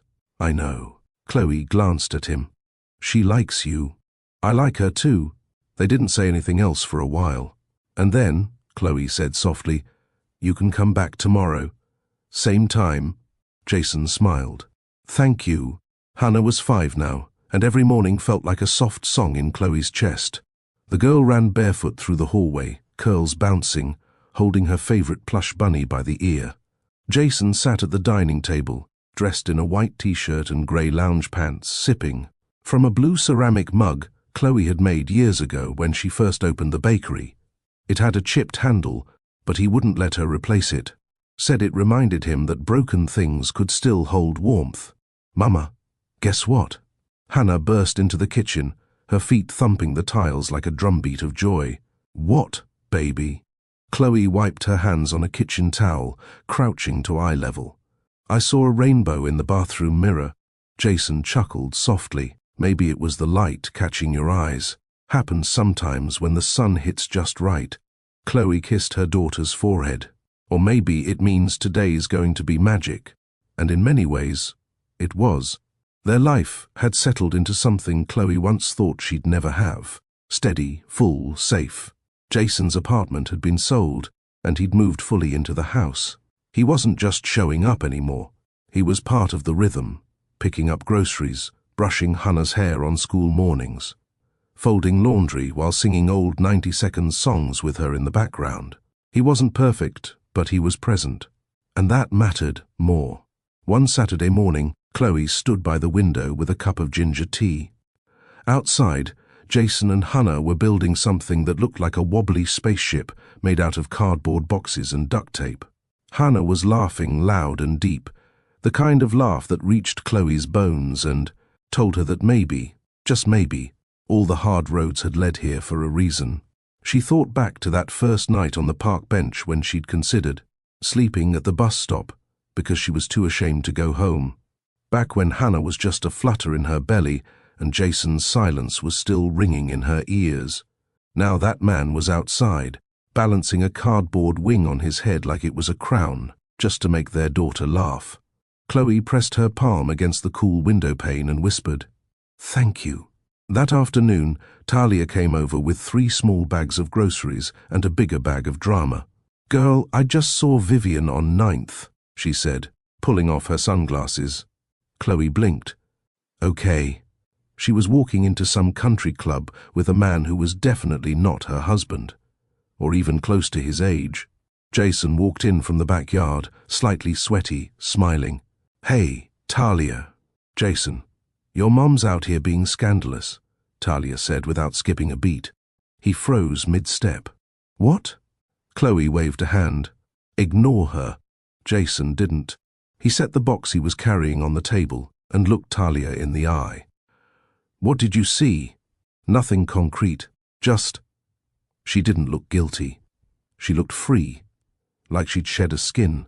Jason leaned back against the counter, rubbing his jaw. "She's not the same woman I knew growing up. But maybe she never was. Maybe I was just too afraid to look." Talia nodded. "Well, I'm just saying. People change. Even the coldest ones." Chloe glanced between them. "You're not thinking of reaching out, are you?" Jason didn't answer immediately. He looked toward the hallway where Hannah had disappeared with her bunny. "She asked about my mom yesterday, said, 'Why doesn't Grandma come to my birthday parties?' I didn't have an answer." Talia sighed and grabbed a banana from the fruit bowl. "Don't go chasing ghosts, Jay. Some doors should stay closed." But Jason was already staring through the wall like he could see something no one else could. That evening, after Hannah had gone to bed and Talia had left, Jason sat beside Chloe on the living room couch. The house was dim, lit only by the lamp on the side table and the warm hum of the television playing a nature documentary no one was really watching. "She hurt you," Chloe said gently. "She did," Jason replied. "But I also let her shape me. I let her voice drown out my own." Chloe reached for his hand. "And now? I want to make peace with the parts of me that still flinch when I walk into a room full of her kind of people." She leaned her head on his shoulder. "You already have. Look at your daughter. Look at us." He turned slightly, kissed the top of her head. "You think she'll ever forgive me?" "Who, Hannah?" No. You... Chloe stayed quiet for a long beat. Then she tilted her face up to his. I already have. I just needed time to believe it. His throat tightened, and he nodded, pulling her close. The next morning, he sent a short text to his mother. If you ever want to meet your granddaughter, I won't stop you. But she won't be used as a pawn. This is an invitation, not a transaction. Vivian didn't reply, and Jason didn't expect her to. But something shifted in him the moment he hit send. Like he had finally exhaled a breath he didn't know he'd been holding. The following weekend was Hannah's 6th birthday. Chloe had planned a small backyard party with fairy lights, tiny cupcakes, and a unicorn cake she baked herself. Miles showed up first, holding a gift and looking more like family than employee. This better not be a check again, Chloe warned. It's not. It's a puzzle. Kids got brains. Let's feed 'em. Talia brought balloons, and someone from the bakery volunteered to bring music. The backyard filled with laughter, tiny feet stomping grass, and enough joy to blanket the whole neighborhood. Midway through the party, Chloe stood near the grill, flipping sliders, when she noticed Jason step away from the group. He was staring at the sidewalk beyond the fence. Vivian stood there, wearing all black, holding a small white box in her hand. Chloe didn't move, didn't wave, didn't panic. Jason walked to the edge of the yard, not with anger, not with apology, just stillness. They spoke quietly, for a long time. Then he walked back. Alone. What did she say? Chloe asked. He took her hand. She said she doesn't know how to be the kind of woman who belongs here, but she wanted to try. Chloe nodded. We don't need her. No, he agreed. But Hannah deserves the truth. And maybe, just maybe, healing doesn't have to look like a family dinner. Maybe it starts with not running anymore. Chloe leaned in and kissed his cheek. Later that night, after everyone had left, they stood in the backyard under the last of the fairy lights. Hannah had fallen asleep with her crown still on, frosting on her cheek. Jason wrapped his arms around Chloe's waist. Thank you, he whispered. For what? For not giving up on yourself. For giving me the chance to show up. Chloe looked up at him. You showed up when it counted. He kissed her then. Not like before. Not rushed or hungry or full of guilt. This kiss was quiet, steady, real. And under those twinkling lights, with their daughter asleep inside and the past laid to rest, Chloe whispered the only words that still held weight. I'm glad you didn't walk away twice. And Jason replied, I never will. 3 months later, fall settled over the city. Trees along the sidewalk wore copper and gold. The mornings smelled of cinnamon and quiet. Inside the bakery, Chloe set out a tray of pumpkin scones while Hannah sat at the corner table, scribbling a note for her dad on pink paper. Jason was running late from a consulting call. His schedule had become lighter, more flexible, shaped around the things that mattered. Library drop-offs, school recitals, Saturday morning pancake rituals. Chloe no longer checked the time and worried if he'd come. He always came. Talia stopped by around noon with an armful of grocery bags. I brought almond flour and the oat milk you like. You're a saint, Chloe said, hugging her. You staying for lunch? I'd be offended if you didn't ask. They sat at the counter as Hannah skipped between them. Chloe passed her a sugar cookie with pink frosting shaped like a heart. Hannah bit into it, eyes wide. Mama, is it Valentine's? Every day's Valentine's, if you love right, Chloe said without missing a beat. Talia smiled. You're soft now. Chloe raised a brow. Excuse me? Soft, in a good way. Like someone who's not waiting to be hurt anymore. Chloe took that in slowly. Maybe I was always soft. I just didn't have space for it before. Jason walked in then, hair slightly tousled from the wind, scarf tucked into his coat, and face lit up the moment he saw them. He kissed Chloe on the cheek, then lifted Hannah into his arms. She giggled, her legs kicking playfully. Hey, Bunny, look what I made. She waved the crayon note in his face. Jason unfolded it carefully. It was a drawing, him, Chloe, Hannah, and a giant cupcake in the middle. We're a team, Hannah said proudly. And you're the biggest piece. Jason looked at Chloe, and his throat tightened. She reached out, took his hand, and squeezed. Later that night, they put Hannah to bed after reading her favorite picture, book twice, once with Jason's voices and once with Chloe's. She fell asleep with her arm wrapped around her stuffed bunny and the note under her pillow. Jason and Chloe stepped out onto the porch. The air was crisp. The stars showed up early now. Jason sat on the swing. Chloe curled beside him. They didn't speak for a while. They didn't need to. "I've been thinking," Jason said quietly. "Dangerous," Chloe teased. He smiled. "I want to build something else, not just a career, something for people like us, a fund, a grant, for women starting over, for daughters raised by one strong hand and a heart full of hope." Chloe's lips parted slightly. "Like a scholarship? More than that. A legacy. In her name." She turned her face into his shoulder. "I love you. I know." She looked up. "I hated you. Remember?" Jason chuckled. "You remind me every other week. I was afraid love would make me small again. It made me bigger. You made me better." Their hands interlocked as the wind carried dry leaves across the porch. The next morning, Chloe walked into the bakery with Hannah in one arm and a sticky note in the other. She pinned it behind the counter. Jason walked in a few minutes later and read the note out loud. "In this space, we believe second chances can taste like warm bread and feel like forgiveness. Love lives here, and she looks like our daughter." He looked at Chloe. "You wrote this?" She nodded. "Felt like the right time." Jason kissed her forehead. "Then it is." Over time, customers noticed. They asked about the note, and Chloe never gave the full story. But sometimes, when a tired woman came in with worry in her eyes, or a man hesitated too long before ordering, she'd point to it and smile. "You're welcome here." One Friday afternoon, Miles brought a young intern to the bakery. "This place," he told the girl, "is proof that some of the best things come from the people no one believed in." Jason smiled from the corner booth.